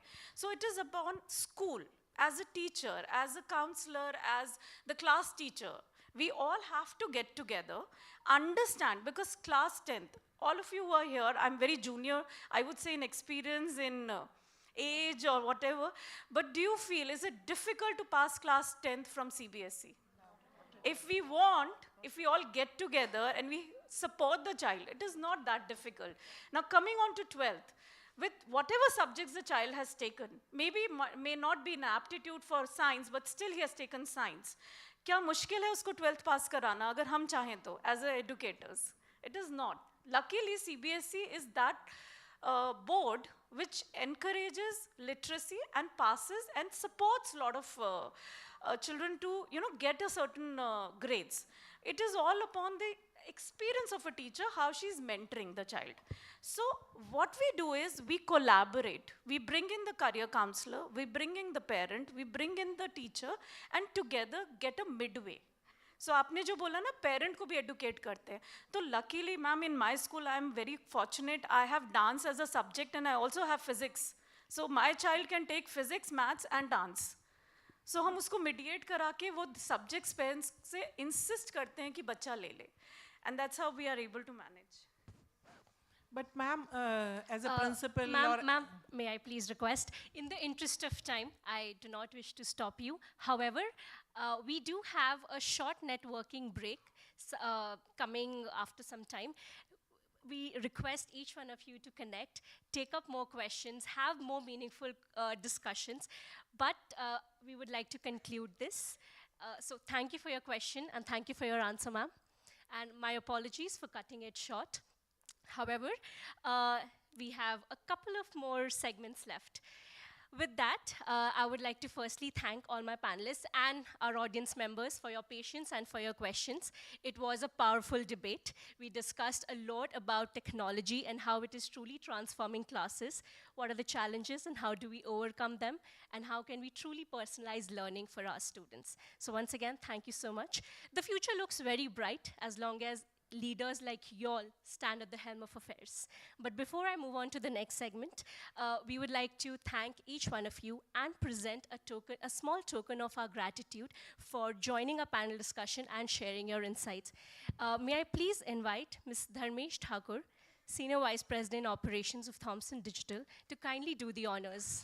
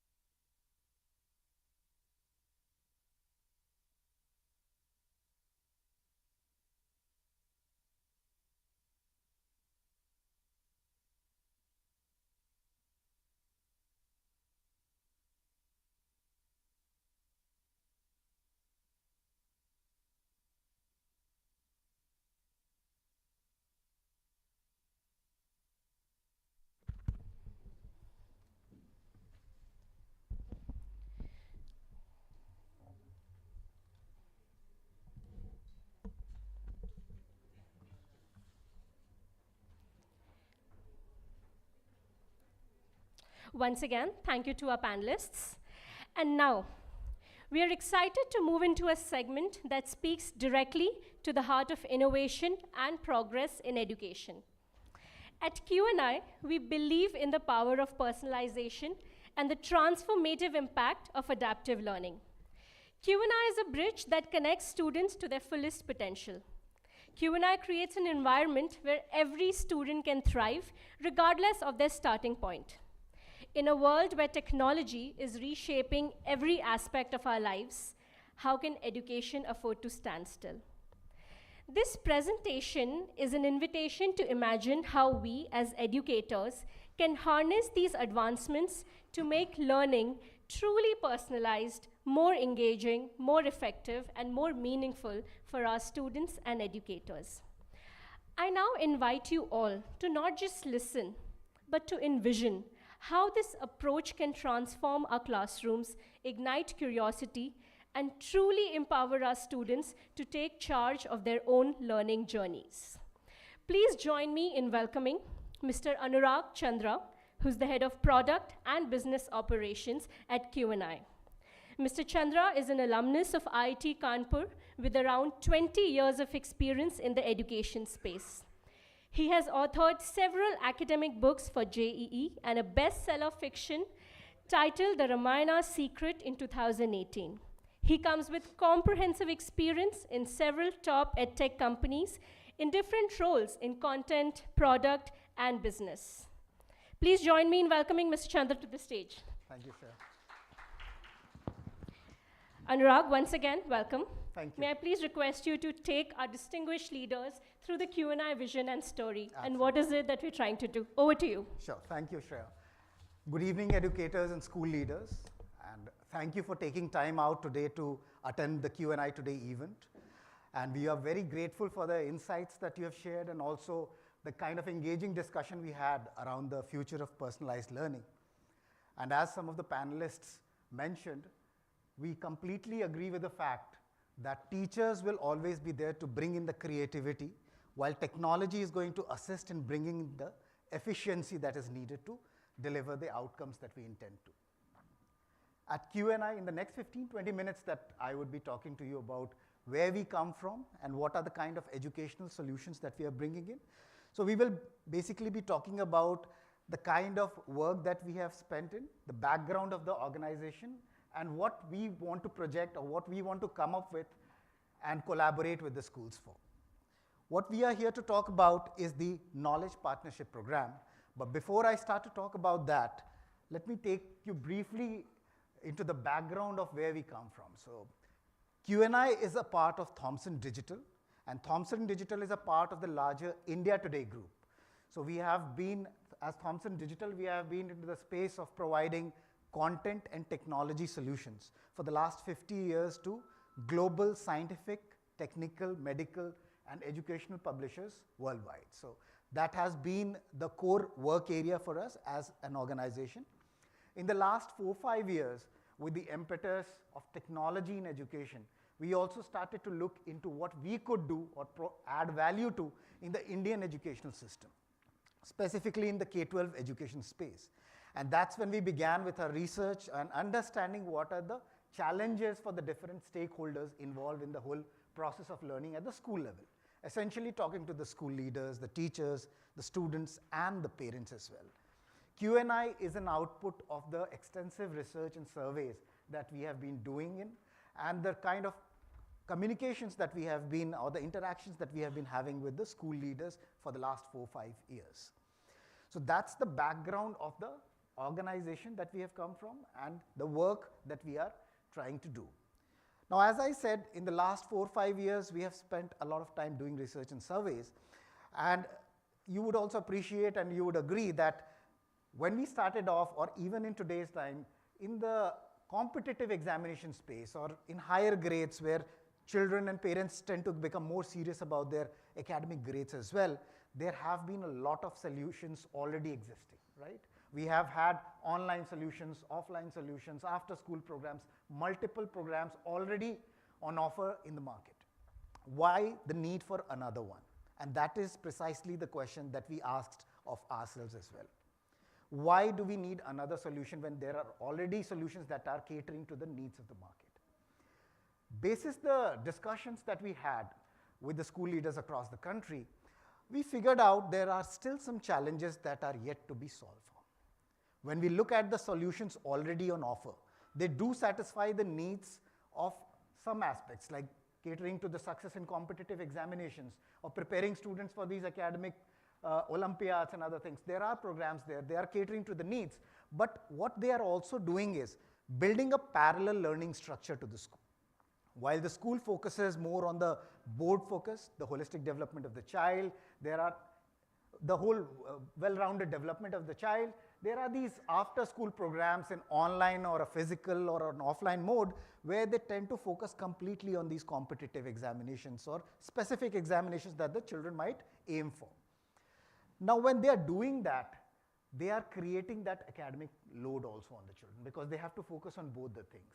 And the result is that post-class 10th, the number of students who actually leave the regular schooling system, approximately 20% of them do so because they want to prepare for these competitive examinations. So that's a sizable number of students who actually move out from the fold of regular schooling at the two most crucial years of their lives when they have to prepare for these examinations, right?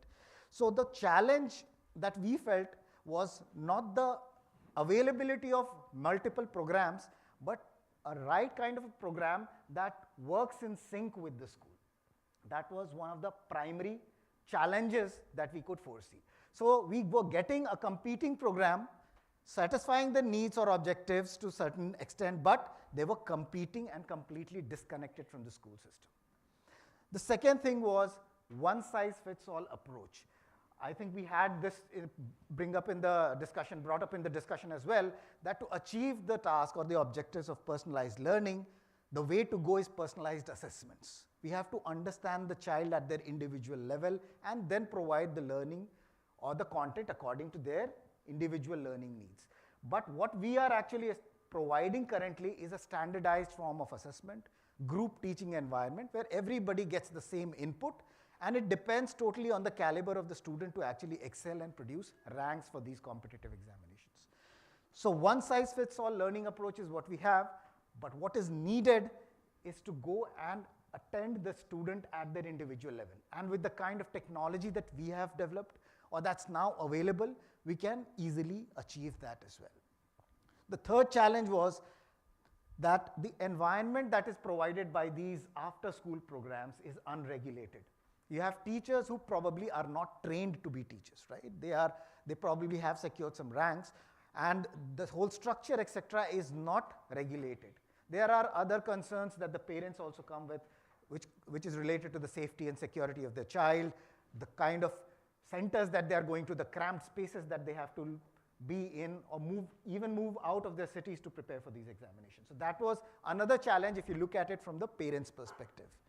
What we need to do is provide them the safety and the security and provide them an environment where they can perform optimally. So on one side, we had multiple challenges. From the school system, it was completely disconnected, leading to the child not focusing on either of the two. The focus was still on standardized assessments, providing group teaching and group learning, when we should actually move to individual student focus. And the third is the safety and security concern that rests with the parents as well. So these are the concerns that we have, and there are possible solutions that we need to look into. Q&I focuses on all the three aspects that we are talking about. Overall, when we talk about Q&I, the solution, it focuses on addressing the three challenges there, right?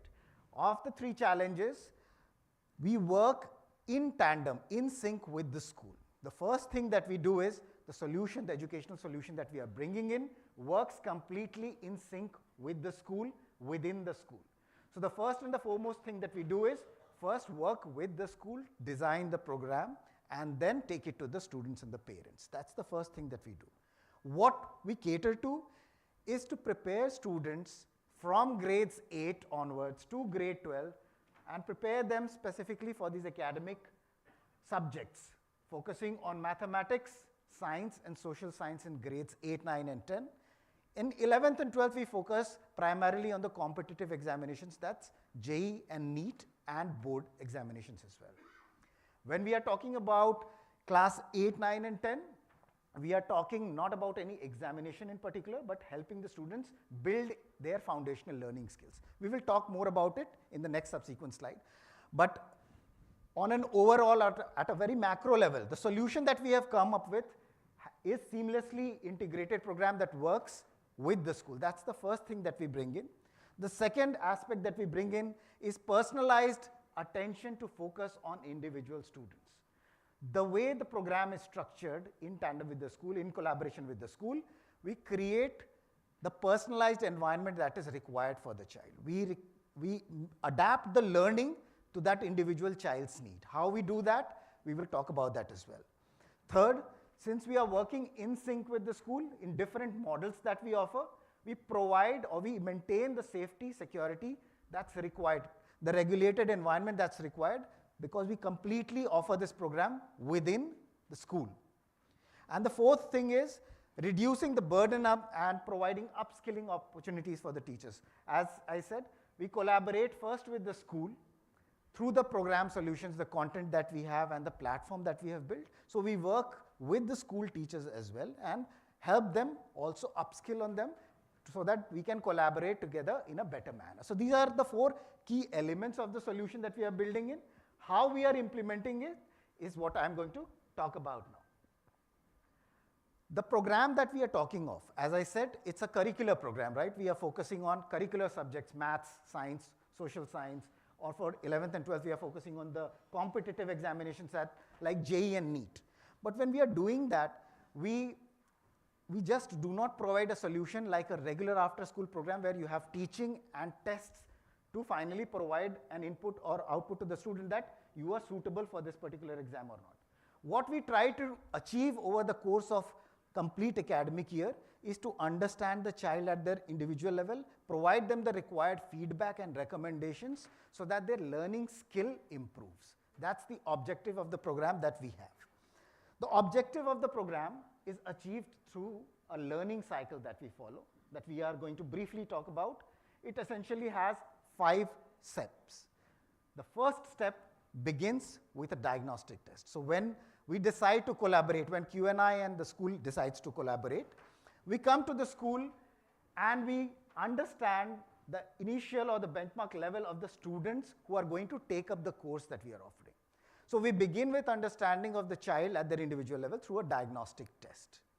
Now, since we are all over here, this is a test that we are offering to all the schools.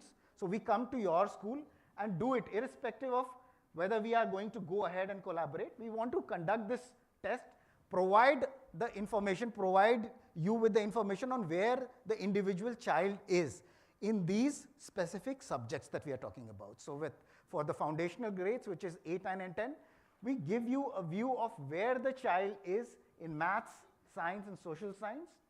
What are the areas that they need to focus on? What are the areas that they are excelling at? And what are the areas they are quite weak at and they need to work upon? That will probably set the benchmark on understanding the child and then starting the process of learning subsequently. So the first step of conducting a diagnostic test where we understand the child happens at the school. What we are offering for the schools in Noida is we come to your schools and provide this through our own system. So this will be conducted for all your students, absolutely complimentary, and we are going to provide you with the complete reporting as well. The first step of understanding the child has happened. If in case the school collaborates with Q&I and we start to implement the Q&I solution at the school, the second step is the learning that is provided. Now the learning happens in 3 modes, 3 models. The first model is where we provide you with a platform. So Q&I, at the core of Q&I is a platform, AI-powered, personalized learning platform that is able to adapt to the individual learning needs of the child, assess where they are strong at, weak at, what are the opportunity areas for the child, what are the hurdle areas for the child, create customized dashboards and reports for you to act upon. So that's what Q&I platform is all about. So in the first model, you have your teachers in the school who are already teaching the students in these grades, they utilize this Q&I's personalized adaptive learning platform to provide practice and assessments to your students. The practice and the assessments that are going to be taken through the Q&I platform is then going to translate into a lot of data, right? So the first thing is your teachers teach, Q&I collaborates with you to provide an adaptive personalized learning platform so that you can transfer all your assessments and practice to the platform and get the insights that you require to work upon each child. That's the first model that we work on. The second model is which we call the hybrid model, where our teachers, our experts, teach from our centralized studios in Noida. We work and collaborate with your teachers in the school. So there is a class happening in the school on the smart board with your teacher present. Our teachers focusing on the JEE and NEET aspects in specific periods defined mutually, right? So that's the hybrid mode where the JEE and NEET, the competitive examination, the Olympiad focus that we need to have is provided by Q&I teachers in case your teachers are not providing and focusing completely on the board. That's the hybrid mode, where we also provide that, and then your teachers are going to address the doubts, take the CBSE portions of it, and then ensure the success of the child. That's the second model that we operate in. And the third model is the on-site model, where we actually station our teachers physically at the school, completely at the school on all 6 days of the week. So Monday to Saturday, our teachers get stationed in the school right from the time the school starts, which is probably at 8 o'clock to 4 o'clock, wherein they have a separate section created for Q&I, where we are imparting the science, maths, social science subjects to the students of grades 8 to 12. After the classes, they have extended doubt clearing sessions and tutorial sessions happening as well. So that's the third model. So coming back to the learning cycle, we initially began with understanding the child through a diagnostic test, right? The second is after understanding the child and providing them with the bridge course to fill in the gaps before the actual learning begins. The second step in the process is learning. Learning through three methods. One, where your teacher teaches, and we provide you with a personalized learning platform. The second model, where our teachers and your teachers combine. So your teachers focus on the board preparation while we focus on the JEE and NEET preparation. The classes happen within the school timings through the smart board in the classes, and then we take up the analysis, the feedback and recommendation part. And the third model is the physical presence of teacher in the school. So they get stationed in the school on all 6 days of the week, and they conduct the classes there through the core Q&I platform that we have to offer. That's the learning piece. Now when the learning happens, the third step is to ensure that the children are practicing and taking assessments, because that's where you start personalizing, that's where you adapt to the individual child's level and provide them questions, because if you provide very difficult questions to a child who is yet to grasp the foundations, probably they'll get disengaged. So the complete learning, the complete practice and assessment happens in an adaptive manner. When we are providing the questions to the students, we are not focused on simply checking whether they are solving it right or wrong. What the power of technology helps us, and also because we have a background in content structuring and tagging for the last 50 years, we are able to take a simple question and extract a lot more information from that question. Every single question that the child attempts on the platform, we tag it at different levels. As much as 27 different pieces of information are extracted from the way the child answers a simple question. When we ask a child to solve a question, we do check if they are solving it right or wrong, but we also try to assess if the child is lacking in the core learning skill, which we identify as if the child is able to apply the knowledge, comprehend, evaluate, or analyze the information. So that's for us the core learning skills. So every question, single question that the child practices on the Q&I platform tells us if the core foundational learnings are fine with the child or not, or where the gaps are. In addition to that, the different difficulty level problems, as I said, it's adaptive, right?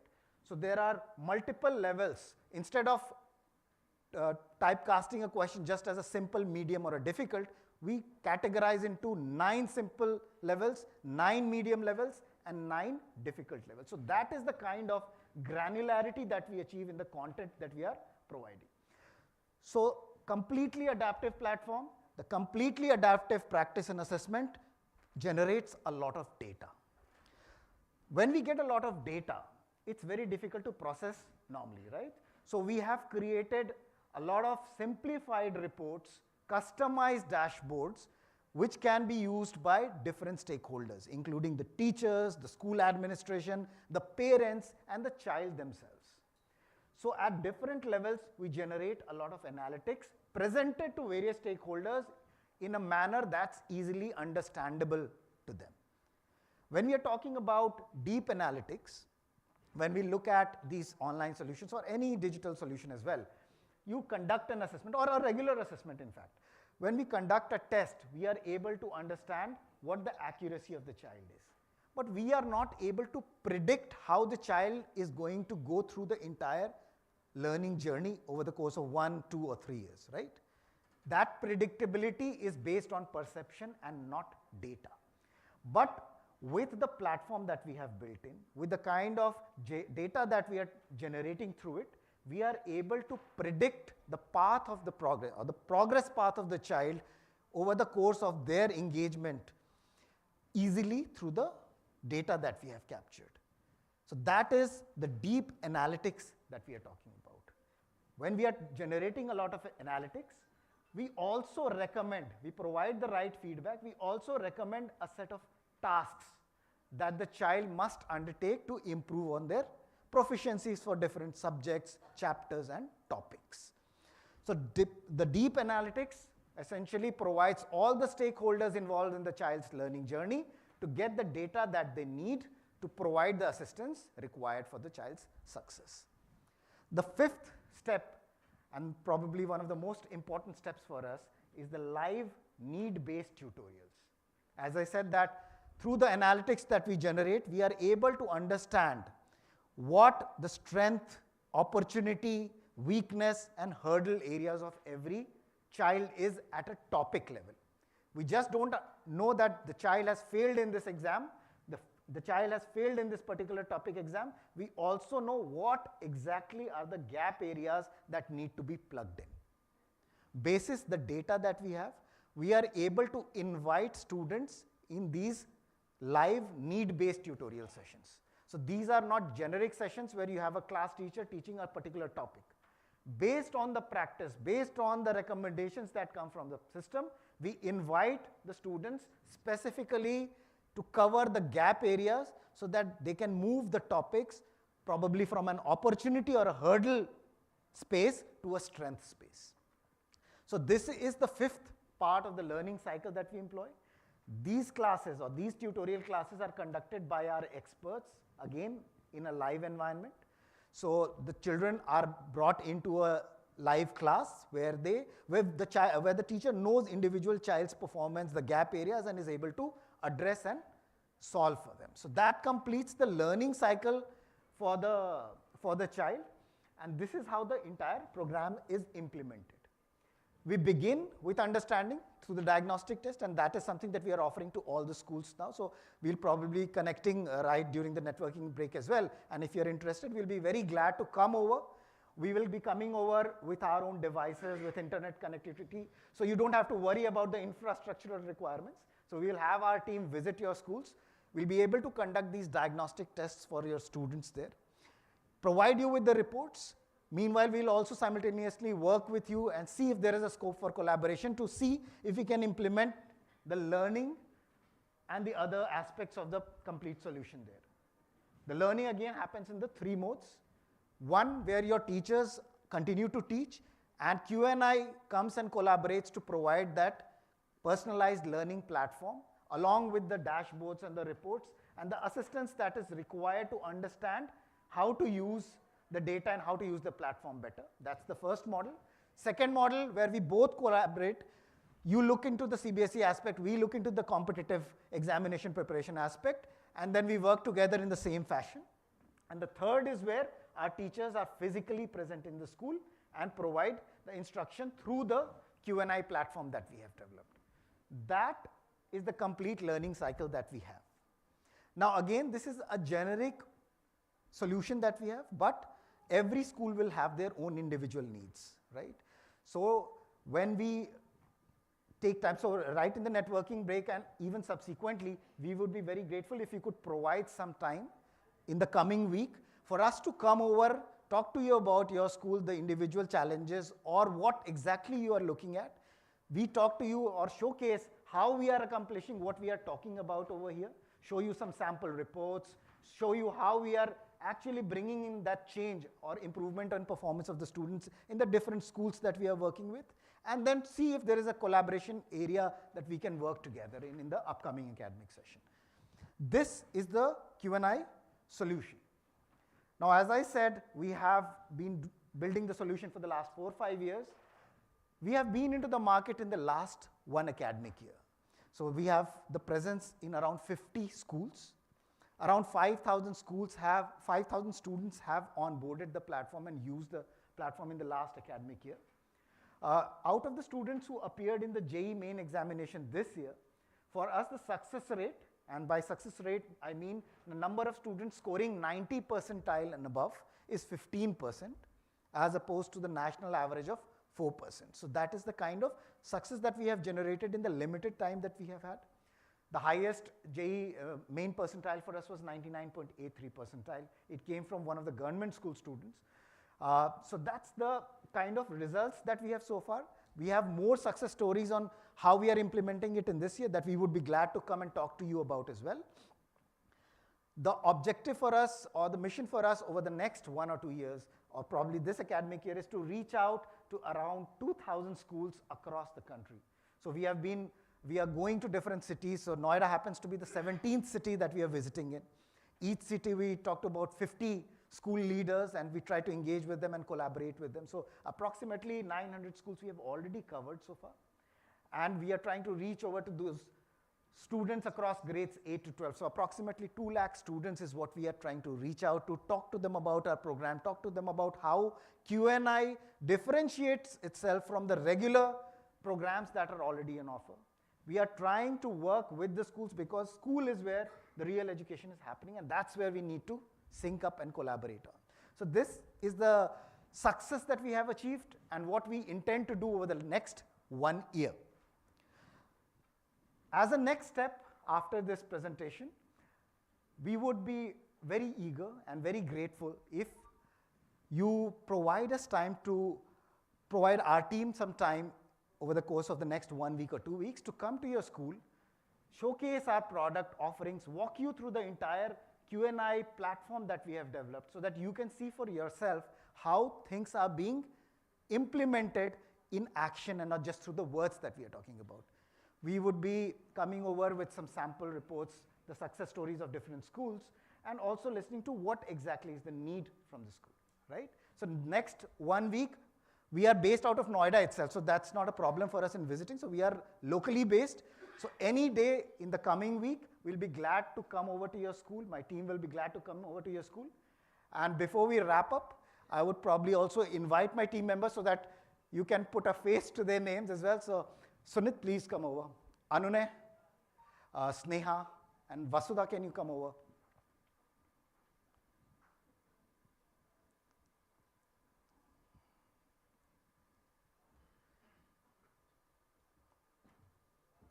So we have the team here who will be specifically visiting at the schools in Noida over the next 1 or 2 weeks, and they'll be the faces that you will be meeting. So Anune actually heads the marketing and also the business side of it. He's working with the business team. Sneha is a business development manager. She'll be there for the walkthroughs and the different queries that you might be having. Sunit heads the academic delivery at Q&I. So any aspect related to the content and the delivery aspects of it, he'll be able to provide answers to all your queries there. So the entire team will be visiting. We'll also be having 1 or 2 faculty. So Vasudha probably is not around. So Vasudha is a PhD in chemistry. So she happens to be one of our experts in the team. So in terms of how exactly the lesson plans are executed and things like that, she'll be able to answer that. So the team is going to be here. Vasudha, can you come, please come over. So Vasudha is from chemistry department. As I said, she is a PhD there, yeah.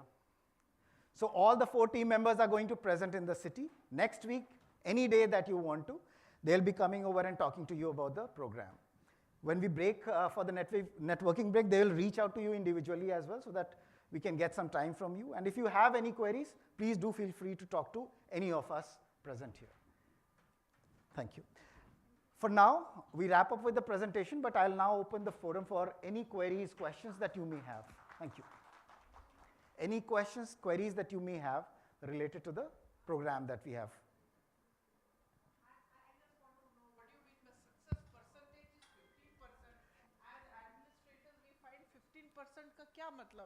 So, ma'am, these examinations, because these competitive examinations, their objective is not to select but to reject. So the pass percentage is 4%. 4% of the total number of students who appear in these examinations get through, right? So there our success percentage is 15%. In terms of these examinations in particular, so JEE Mains has a success rate of 4% across the country. So out of 100, only just 4 students make it through. We wanted to provide them that personalized learning so that their chances of success gets increased, and that reflects in the limited time that we have had so far.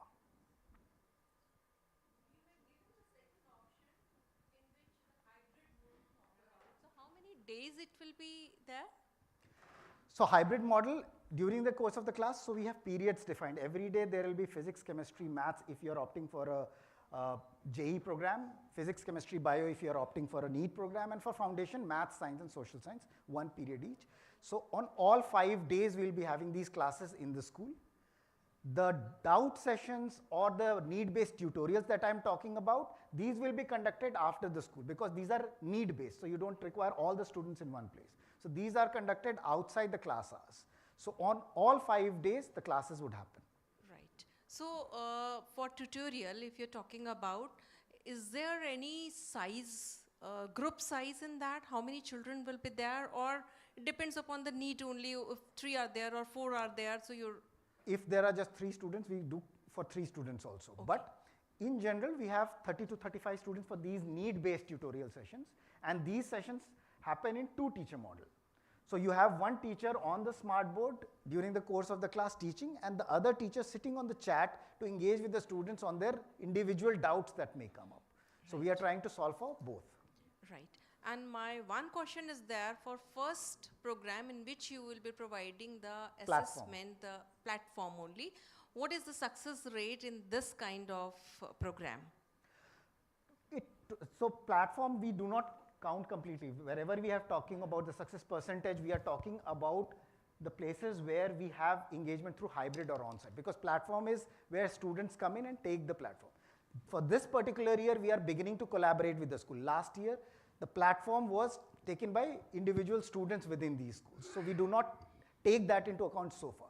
But in any kind of solution that we have to have teacher getting involved. So when I talked about the platform, I specifically talked about the teachers at school providing that learning to them. If you just provide the platform to the students and expect them to do everything by themselves, nobody is going to give any result. Right. That's been the failure point for most of the solutions that are there in the market. Right. So whatever assignments you are going to provide, the answer key also it will be there, or the teachers they are going to discuss all those things? Our teachers, school teachers, they are going to discuss all those things. For which model? The first model? First model. So first model, ma'am, the platform will provide questions because it is going to be focused on these competitive examinations.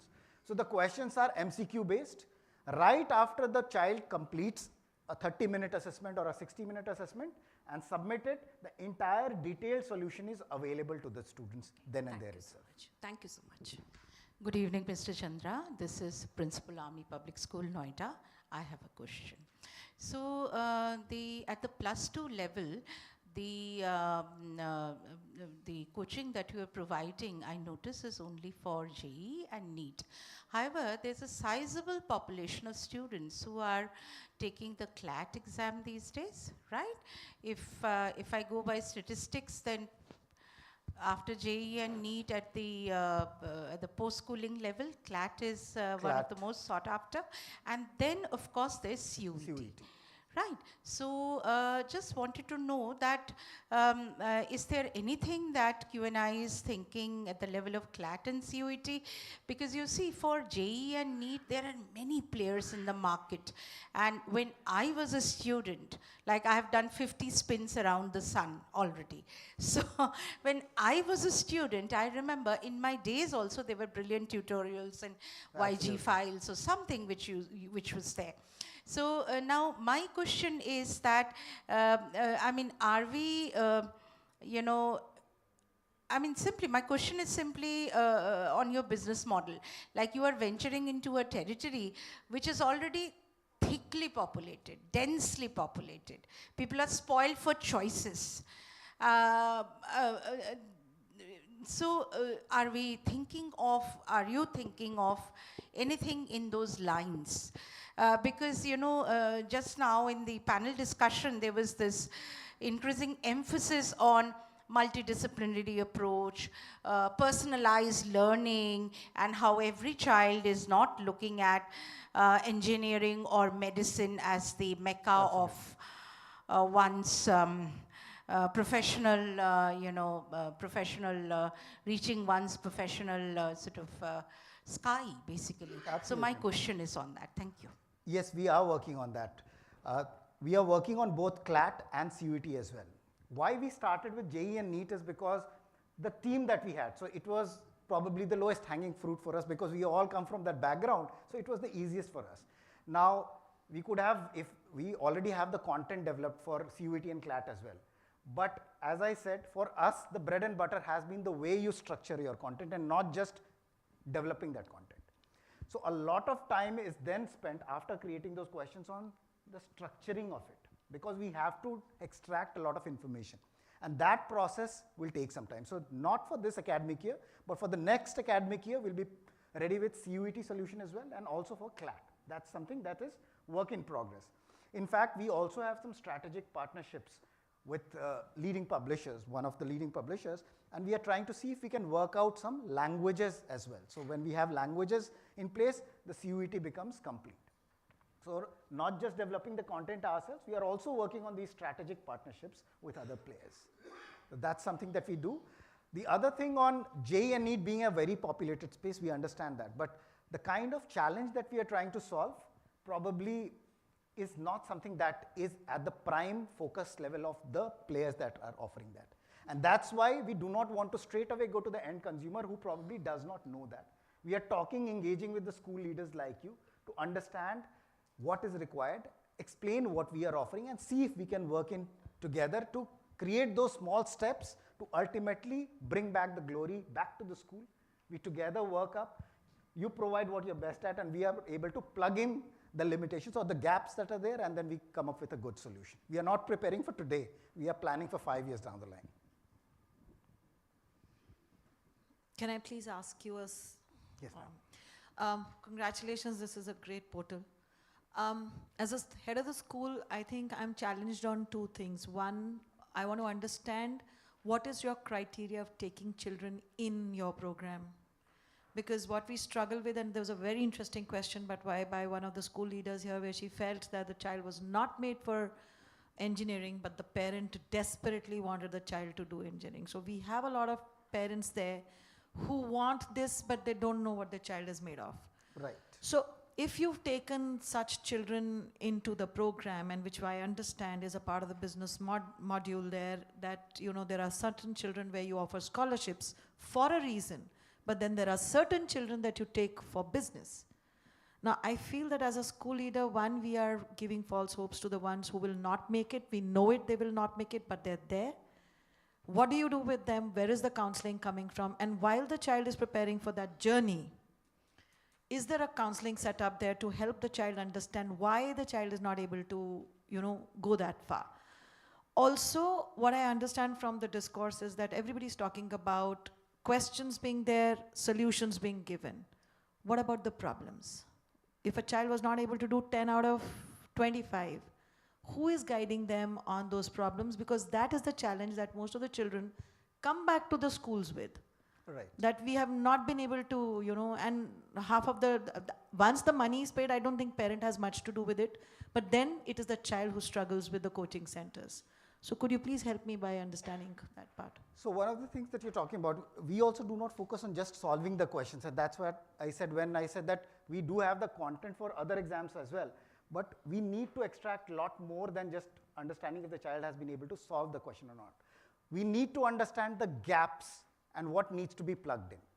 So for that, we have a very beautifully created matrix which differentiates at a topic level the strength, weakness, opportunity, and hurdle areas for the child. On one hand, the platform automatically creates tasks so that they move topics from opportunity to strength or from hurdles to, so moving across these various segments. But we also provide that input to the teachers, be it our teachers or the teachers at school when you're opting just for the platform, on an individual child level, at a subject, at a chapter, and at a granular topic level as well. So when the child, even when the child does not know where they stand, the teacher knows it through the problems that they have solved. So then they can provide that individual input to them. In addition to the platform that we do have these need-based tutorial sessions, and these are designed specifically to attend to these. So even if the school teachers are hard-pressed on time and they have syllabus to cover, we support that through the need-based tutorial because we also have that data on the students. We are able to invite them specifically for what is needed for them to strengthen their understanding of the topics. So the structuring and the way mechanism that we put in place to help them improve upon that. So that answers the second question. The first question I just missed again. Okay, right, I get that.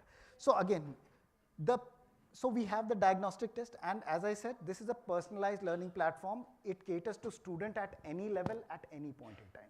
So you may bring in students for the business, because we do bring in for the business, but it's not limited to providing the dream to everybody that you're going to succeed. And when I say that, it is also in action. So one of the things that I talked about was the predictive analytics that we have. Right when the child or the parent logs into the platform, the first thing that they see is the child's learning journey. From the day they have started to the day they will conclude the program, there is a transparent observation on where the child is. So the parent at any point in time, they know, the teachers at any point in time know where the child is, if they are going right or not, and if they can, what are the steps that they need to improve. So that transparency is brought. Now, agreed that out of 100 students, the success rate is very limited. So not every child is going to make it through these IITs or the top government medical colleges. Because we have that transparency in understanding where the child is, we are able to guide them much well ahead in time. 3 months down the line, if you're not performing well, we understand that you will not be able to make it through at this level. We also understand whether you will be able to propel yourself further or not, and at that time itself, we can provide you with the required career counseling. So we have experts in our advisory board who attend to these career counseling sessions as well. So we organize these career counseling workshops for our partner schools and students periodically. We also have other workshop sessions on strategizing for these examinations and other things. So basis the data, we are able to engage experts and provide the timely counseling that is required to these students. So even when they come in and they are not able to make it through, we are able to tell them where they can go instead of these particular colleges. So that is in terms of getting these experts, or?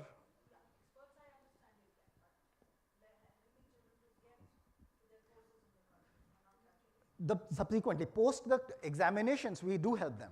So we have a lot of data. In fact, we come from that media background as well. So we have teams, we have access to the data as well. So we are able to counsel the students basis their results on where all they can go to. In fact, we also help them fill up the form. So that entire process for them, when the child comes with us, they become a part of the entire system, and their success is what we aim for. So every step of the way we are there. Any other question? All right, while we break for the networking break, we'll be around. So any particular question that you have, please feel free. We'll be reaching out to you, as I said, next week and the coming week. The week after that, we'll be around, coming over to your school, and we really hope and we'll be really grateful if you could provide those 30 minutes to us to come and visit you in person. Thanks for your patient hearing. Thank you.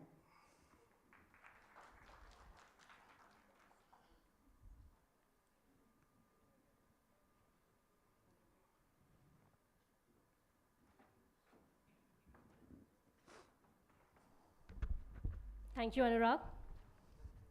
And thank you to the audience members for interacting. But before I proceed, here's a small reminder. This entire event is being live streamed on YouTube. We believe you all have received the link. Please do share it with your friends and family members so that they can watch you participate in the event and be felicitated.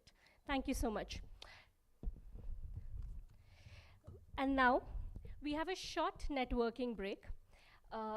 This is a great time to connect with one another, have more meaningful discussions in and around the topic, and catch up with each other. We also have some refreshments right outside. Please help yourselves. We'll reconvene in just 15 to 20 minutes for the award ceremony.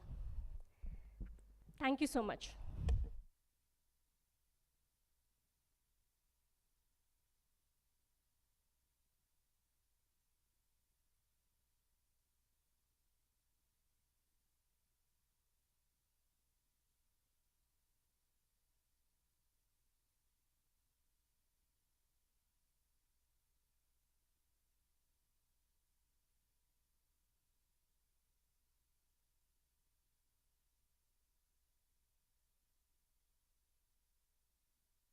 Getting started on Q&I.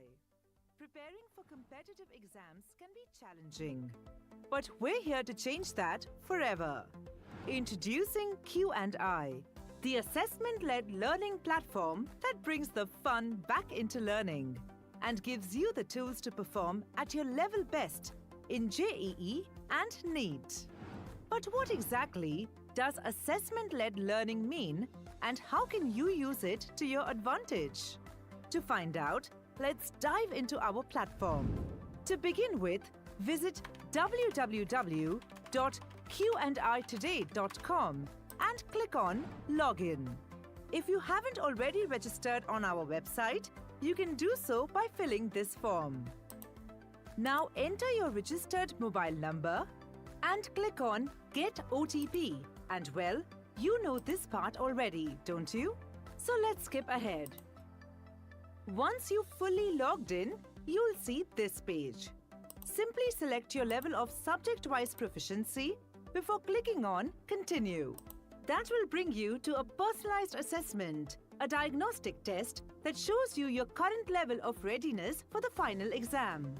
It also helps our unique assessment-led learning platform craft a personalized learning journey for you. To proceed, simply click on Attempt Now. Now read the instructions carefully and click on Take Test to start. On Q&I, testing is easy and seamless. To see how, let's take a closer look at the test panel. On the top, you'll see the section-wise number of questions. Under it, you'll find your question panel. This countdown bar shows the average time that other students take to respond to a question. You can skip a question by clicking on this arrow. Once you select the answer that you think is correct, you have 3 options.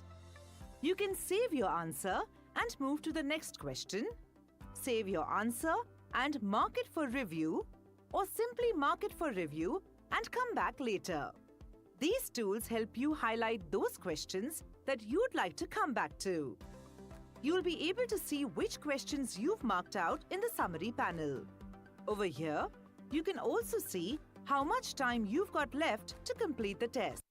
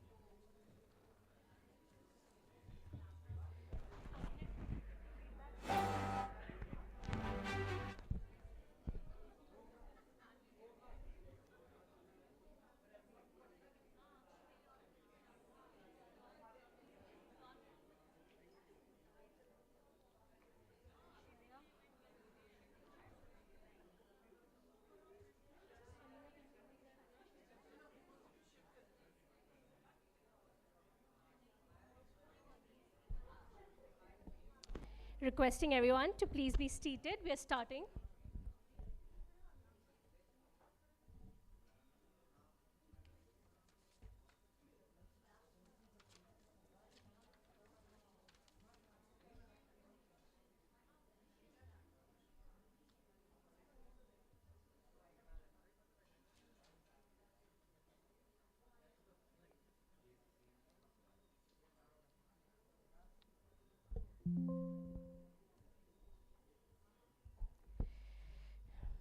Before we begin, a small reminder, this entire event is being live streamed. Right now is a good time to send it to your friends and family once again so that they can watch you being felicitated.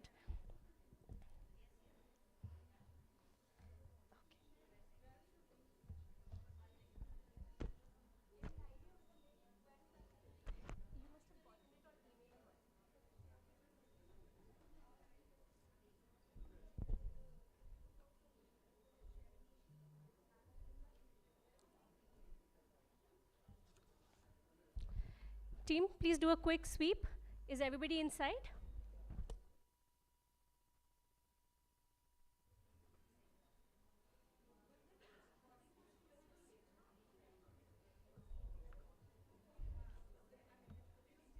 Team, I'm waiting. Please give me a go ahead. Is everybody inside?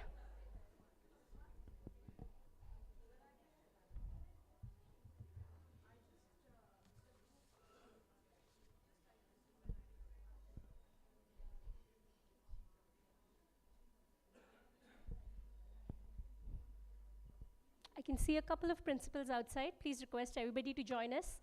Let's begin with the awards.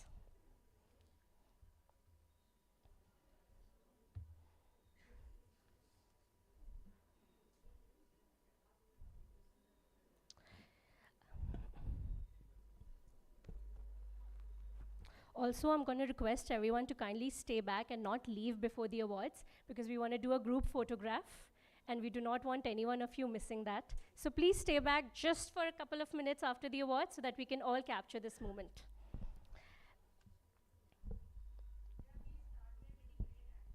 Yes, ma'am.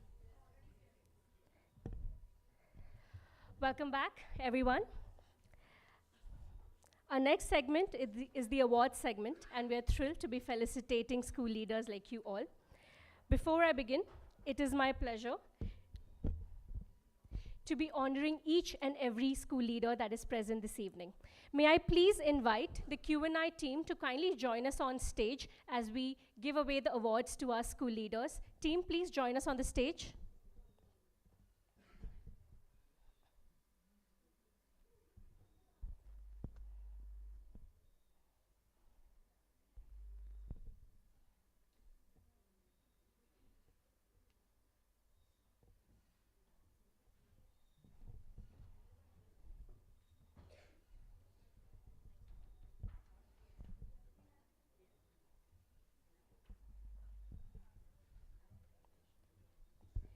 May I now take a moment to introduce our Executive Director and CEO, Mr. Vinay Singh.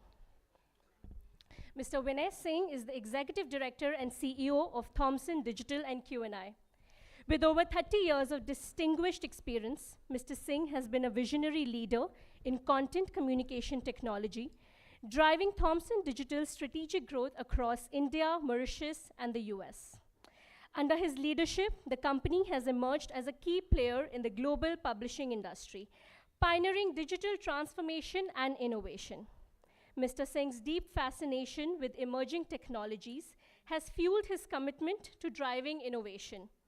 His extensive background in scientific, technical, and medical content, along with educational materials from K-12 segment to higher education, now guide his focus towards advancing the edtech landscape in India.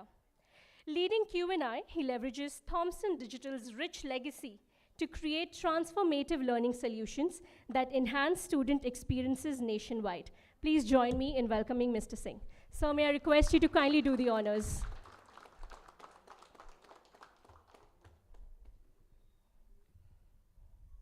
Thank you for joining us, sir. And now, without much further ado, let's begin with the awards ceremony. May I please invite Ms. Annie Williams, Director, Z Learn Limited, to kindly come up on the stage and take the award.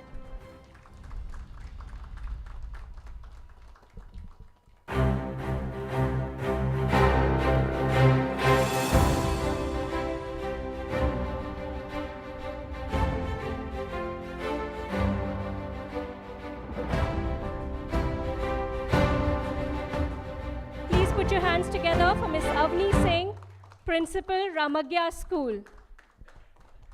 Congratulations, ma'am.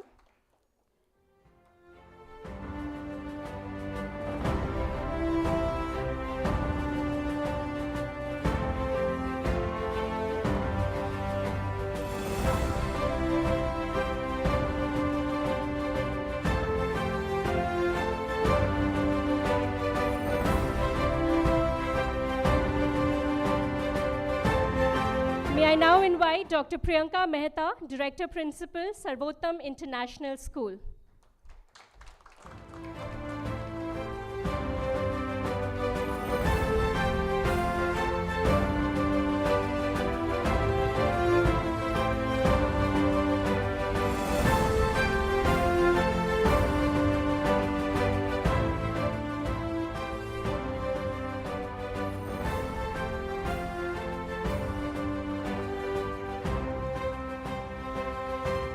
Please put your hands together for Ms. Deepti Singh, Vice Principal, Lotus Valley International School, taking the award on behalf of Dr. Ruchi Seth.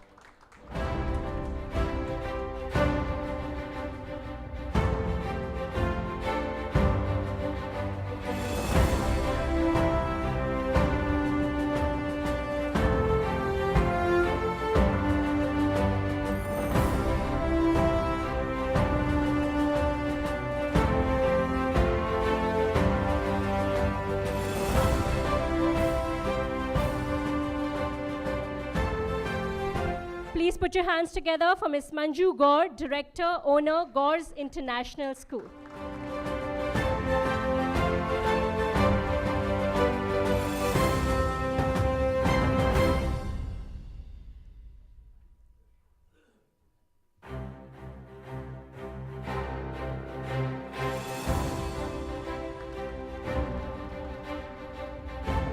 Our next awardee for this evening is Ms. Alpana Srivastav, Principal, Bhagirath Public School.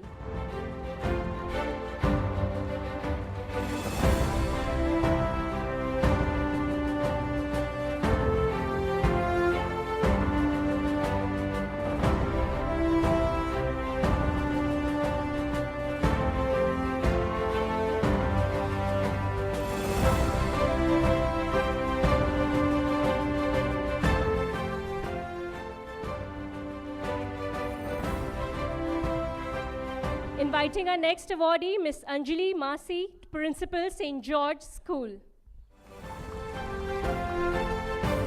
Congratulations, ma'am.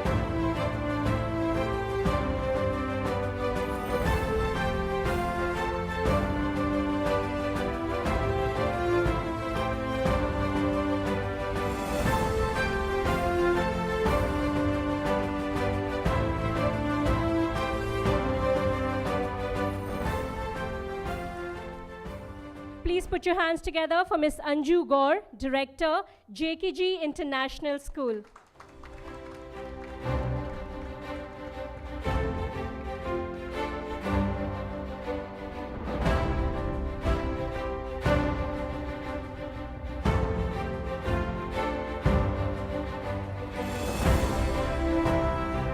May I now invite Ms. Archana Srivastav, Principal, East Point School.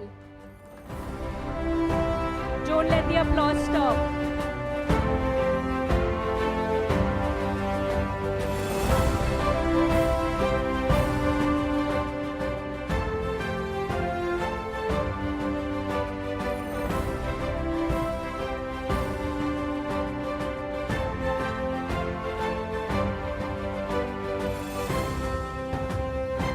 Please put your hands together for Ms. Bindu Gupta, Principal, Sahaj International School.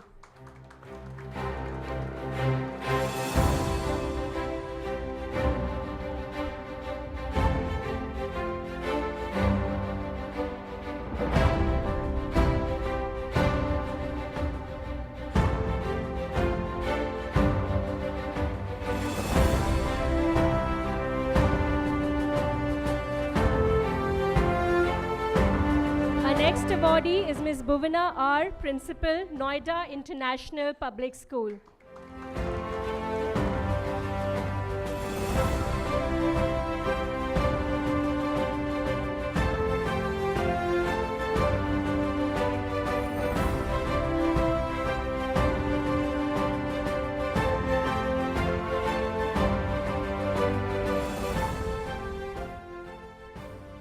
Please put your hands together for Dr. Mrinalini, Principal, Prominence World School.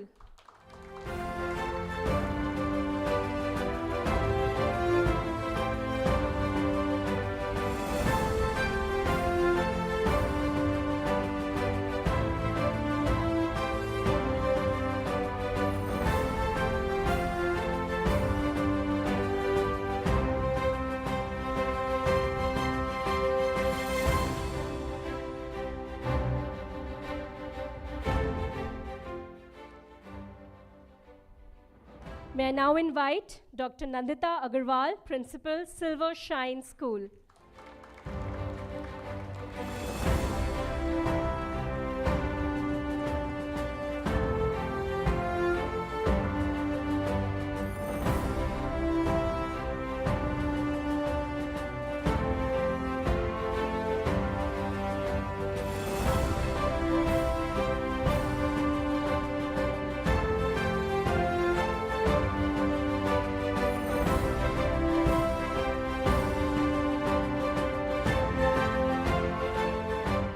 Please put your hands together for Dr. Neeraj Avasthi, Principal, Modern School, Noida.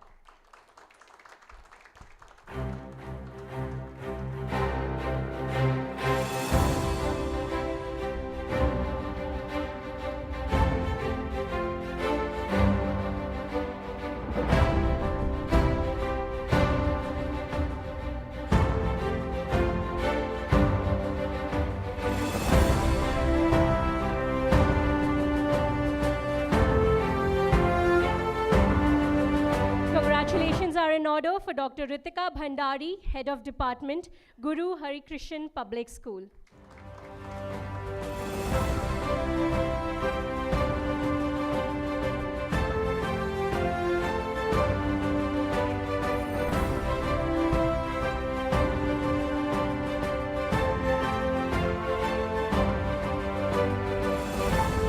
Please put your hands together for Dr. Rohit Mehra, Principal, DSM Oxford Public School.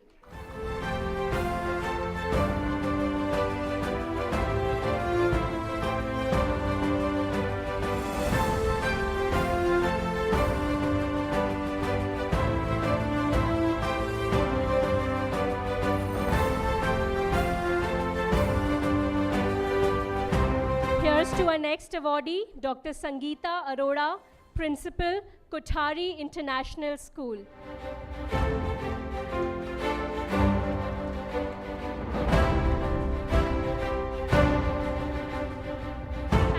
We have Ms. Kajal Jain taking the award on behalf of Dr. Sangeeta.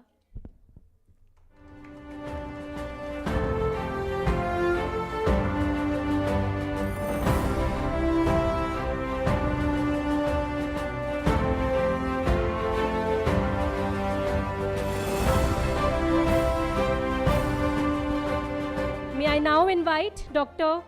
Shilpa Tyagi, Principal, MPS Public School.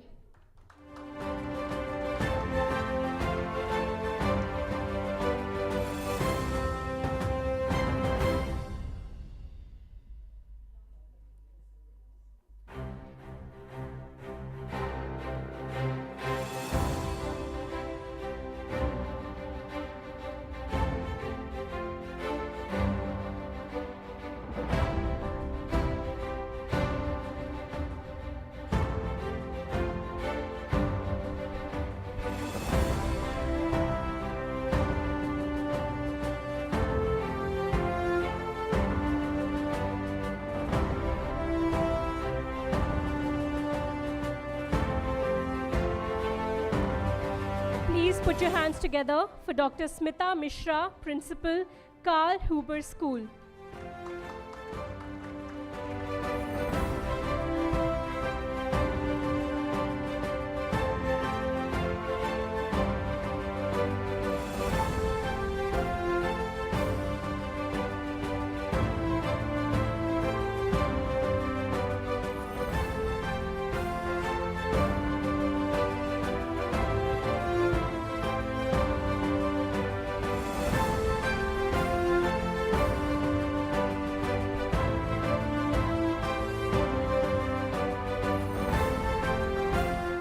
Before we proceed, a small request, please stay with us. We do not want you to leave. Stay with us till the awards so that we can take a group photograph. We'll be done very shortly. Moving on, may I please invite Dr. Sudha Sharma, Principal, Vedantik International School. Congratulations, ma'am.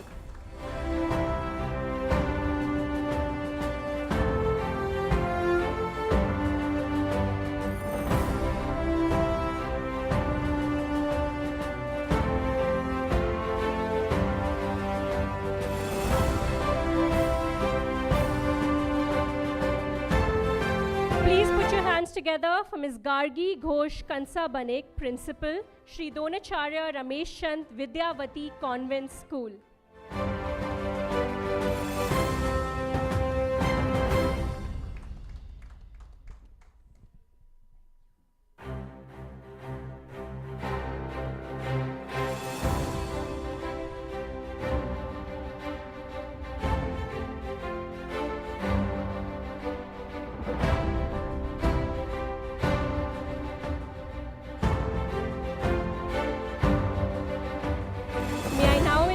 Miss Himal Handu Bhatt, Principal, Hansraj Model School.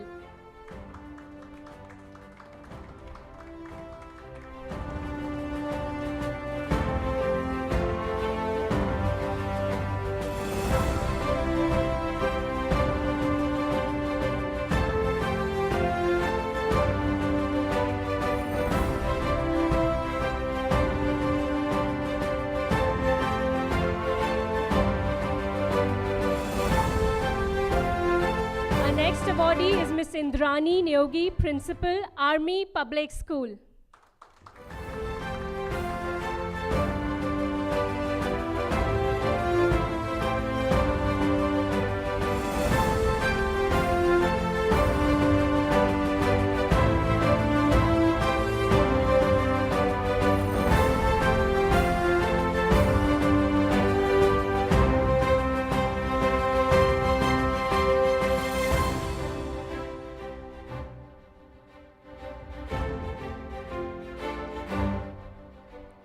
Please put your hands together for Miss Indu Kohli, Principal, Sanford World School.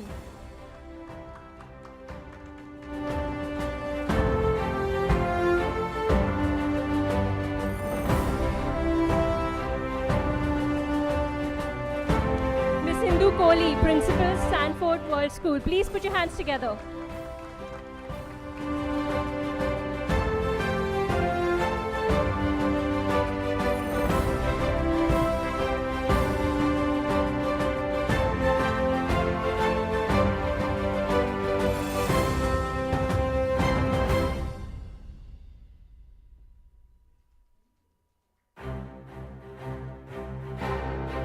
May I now invite Ms. Jasmine Gandhi, Director, Billabong High International School.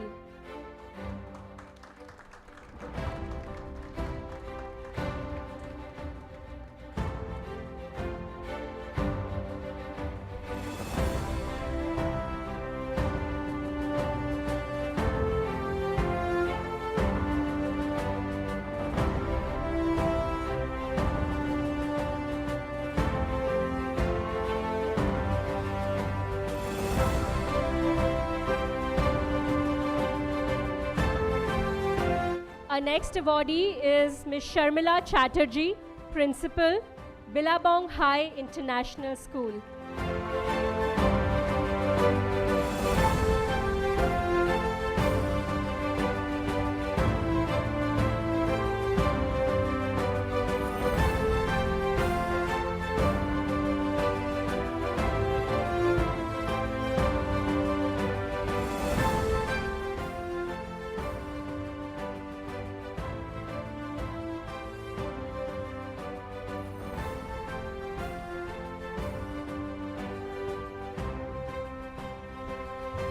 Please put your hands together for Ms. Kavita Chaudhary, Principal, Ramagya School.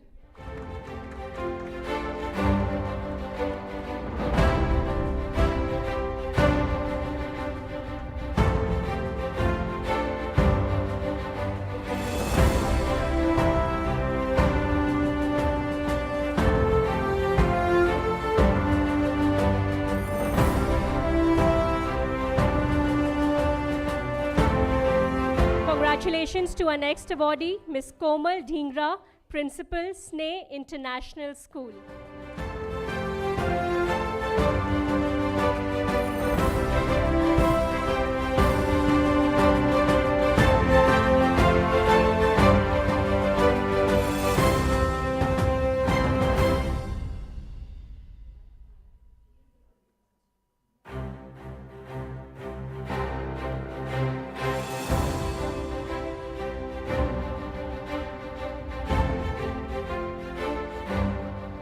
May I now invite Ms. Mamta Sharma, Principal, CSHP Public School.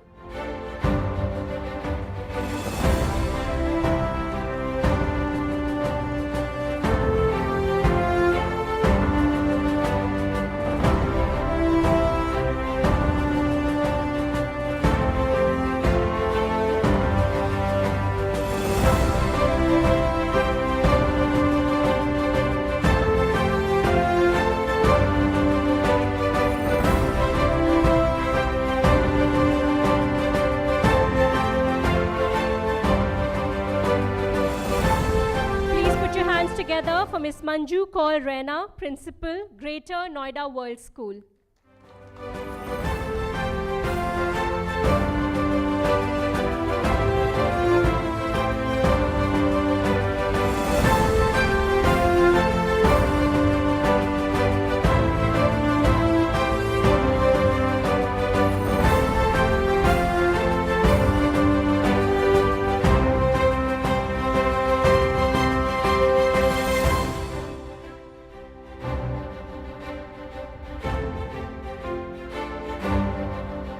Round of applause for our next awardee, Ms. Meghna Chand, Principal, Raghav Global School.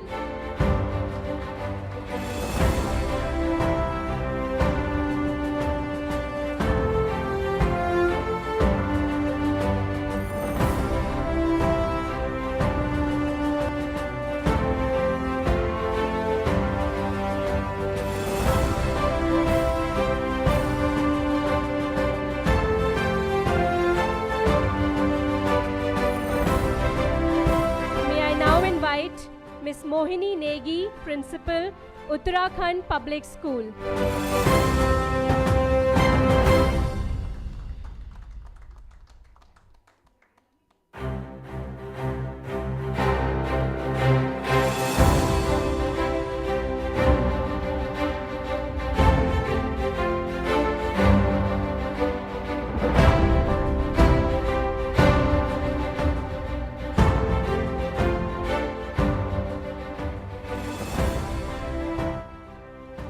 Put your hands together for Ms. Nikita Tomar Man, Principal, Indraprasth Global School.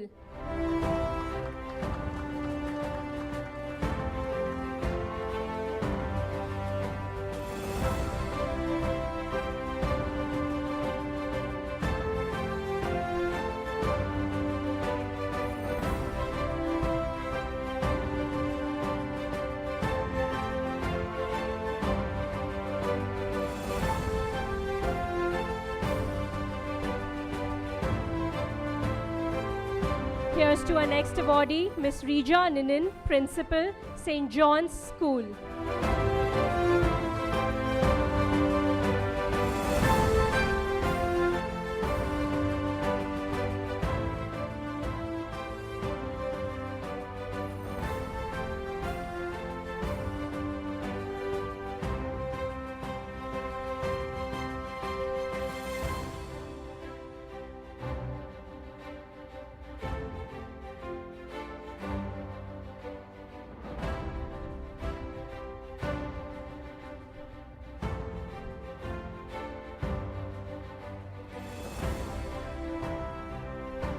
Please put your hands together for Ms. Reena Gupta, Principal, CLM Public School.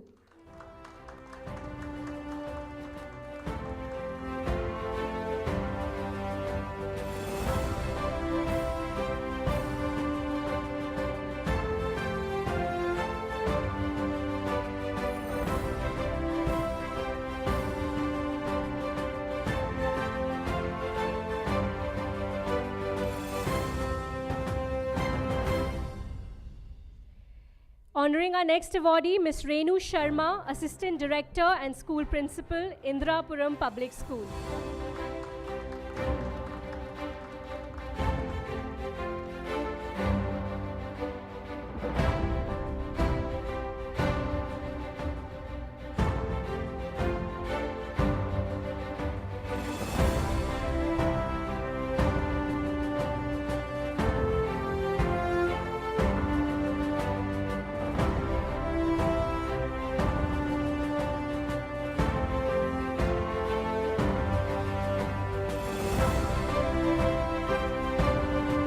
We extend our deepest congratulations to Ms. Renu Srivastav, Principal, St. Teresa School.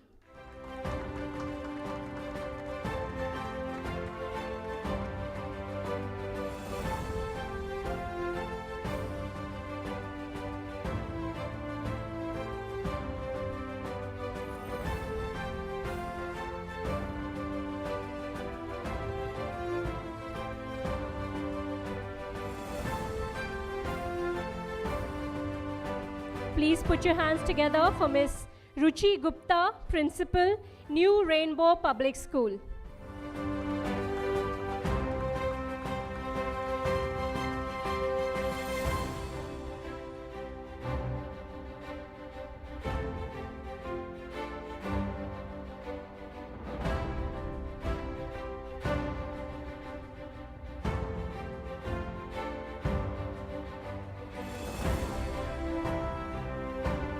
Our next awardee is Mr. Rupal Rastogi, Principal, KD International School.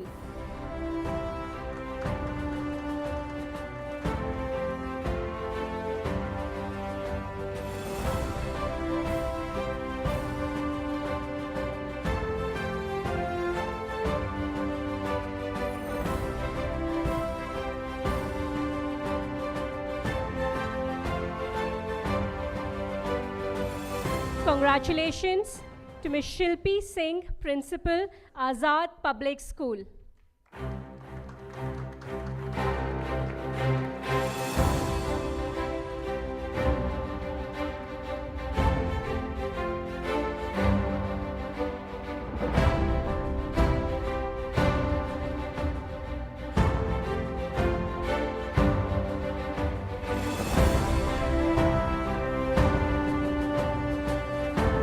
Put your hands together for Ms. Shrestha Tripathi, Principal, Ramagya World School.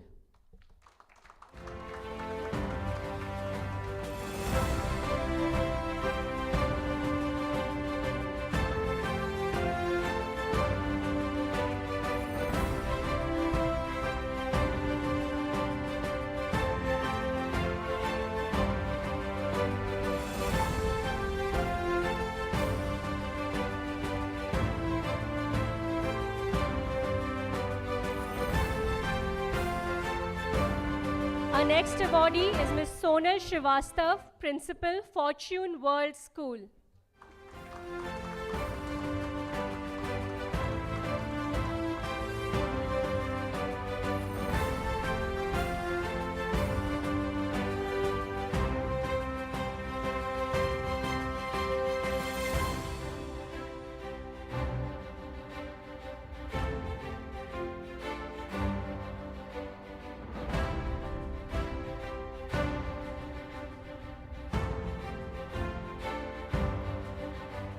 May I now invite Ms. Sonu Kundra, Principal, Modern School.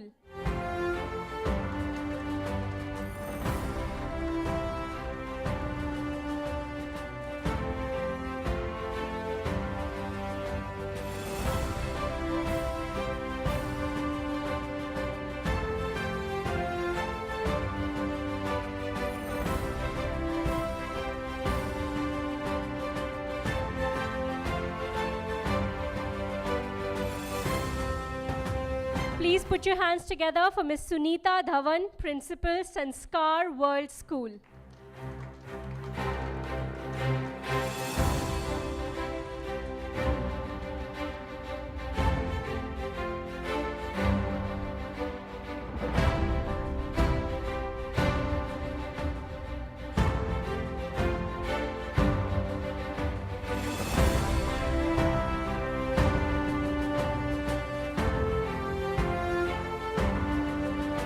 Congratulations to Ms. Sunita Singh, Principal, JP Vidya Mandir.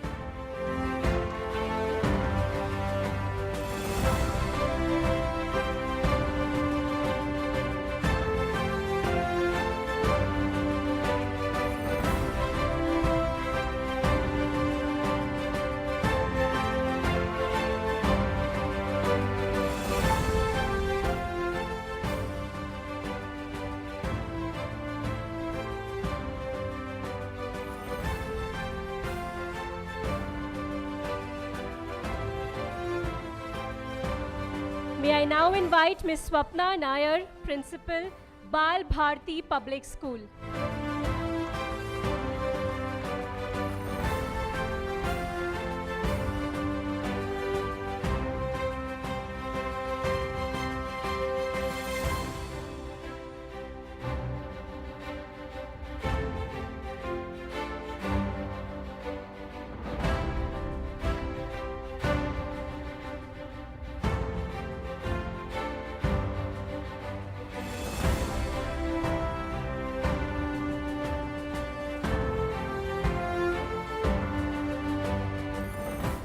Our next awardee is Ms. Tandrani Ghosh, Principal, Oxford Green Public School.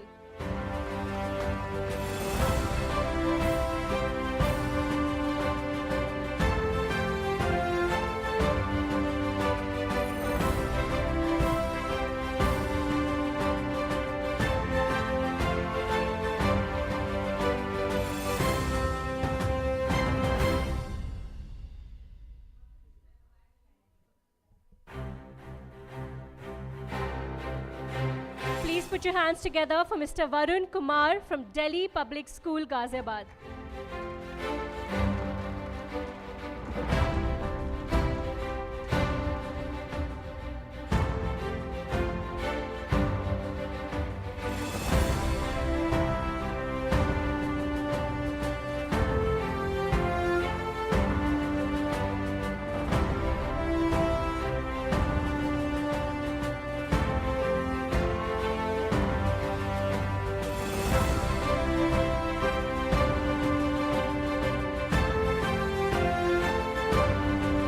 Please put your hands together for Ms. Veena Goyal, Head of School, GLT Saraswati Bal Mandir Senior Secondary School.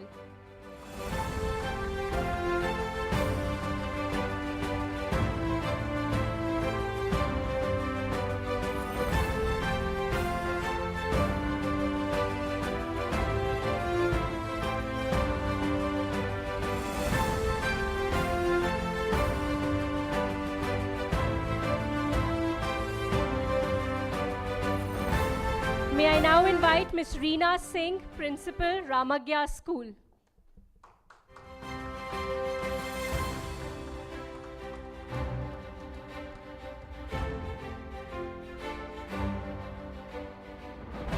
Please put your hands together for Ms. Shikha Sharma, Principal, Indus Valley Public School.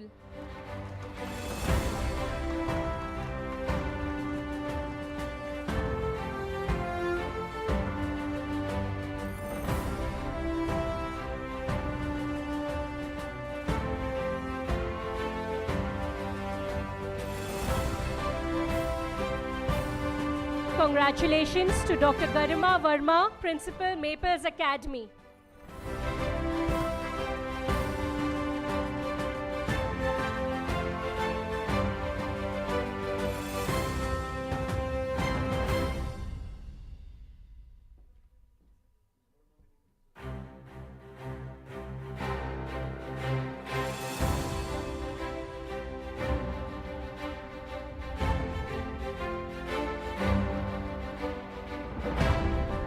Please put your hands together for Ms. K.K. Sharma, Director, De Montfort Academy.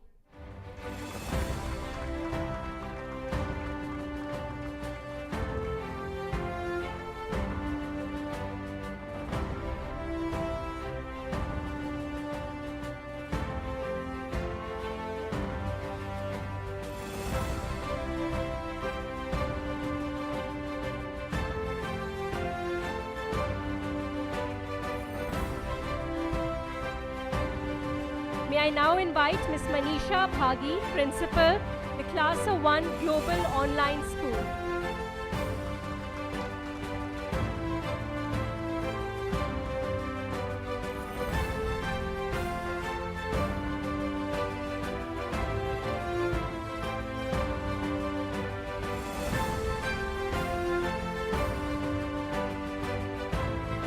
Heartiest congratulations to Mr. Mukesh Chandra, Principal, Shemford Futuristic School.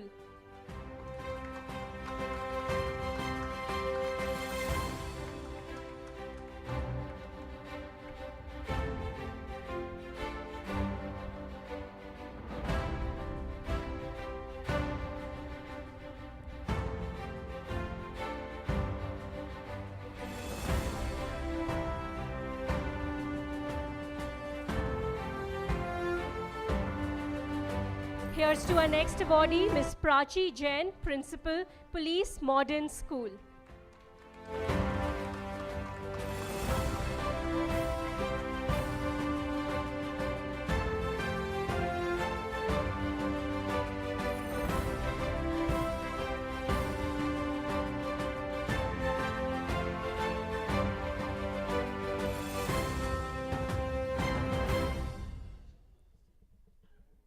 May I now invite Ms. Sangeeta Rani, Founder and Chairperson, Puddies and Barbies.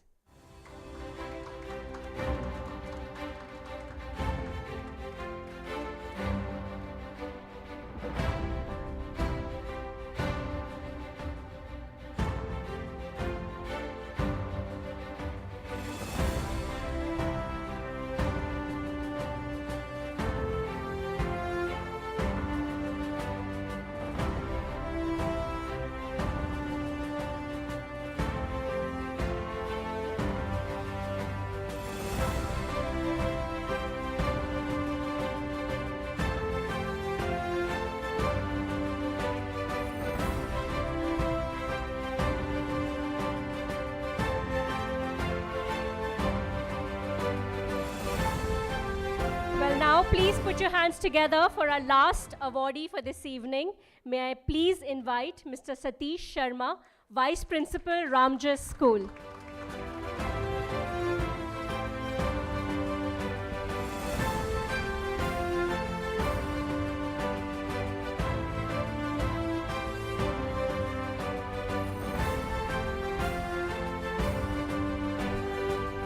Once again, heartiest congratulations to all of you. Sir, thank you for doing the honors. Team, thank you for being with us. Now, can I please invite all of you on stage for a group photograph? Please join us on the stage for a group photograph. Thank you for your patience. Thank you for staying back.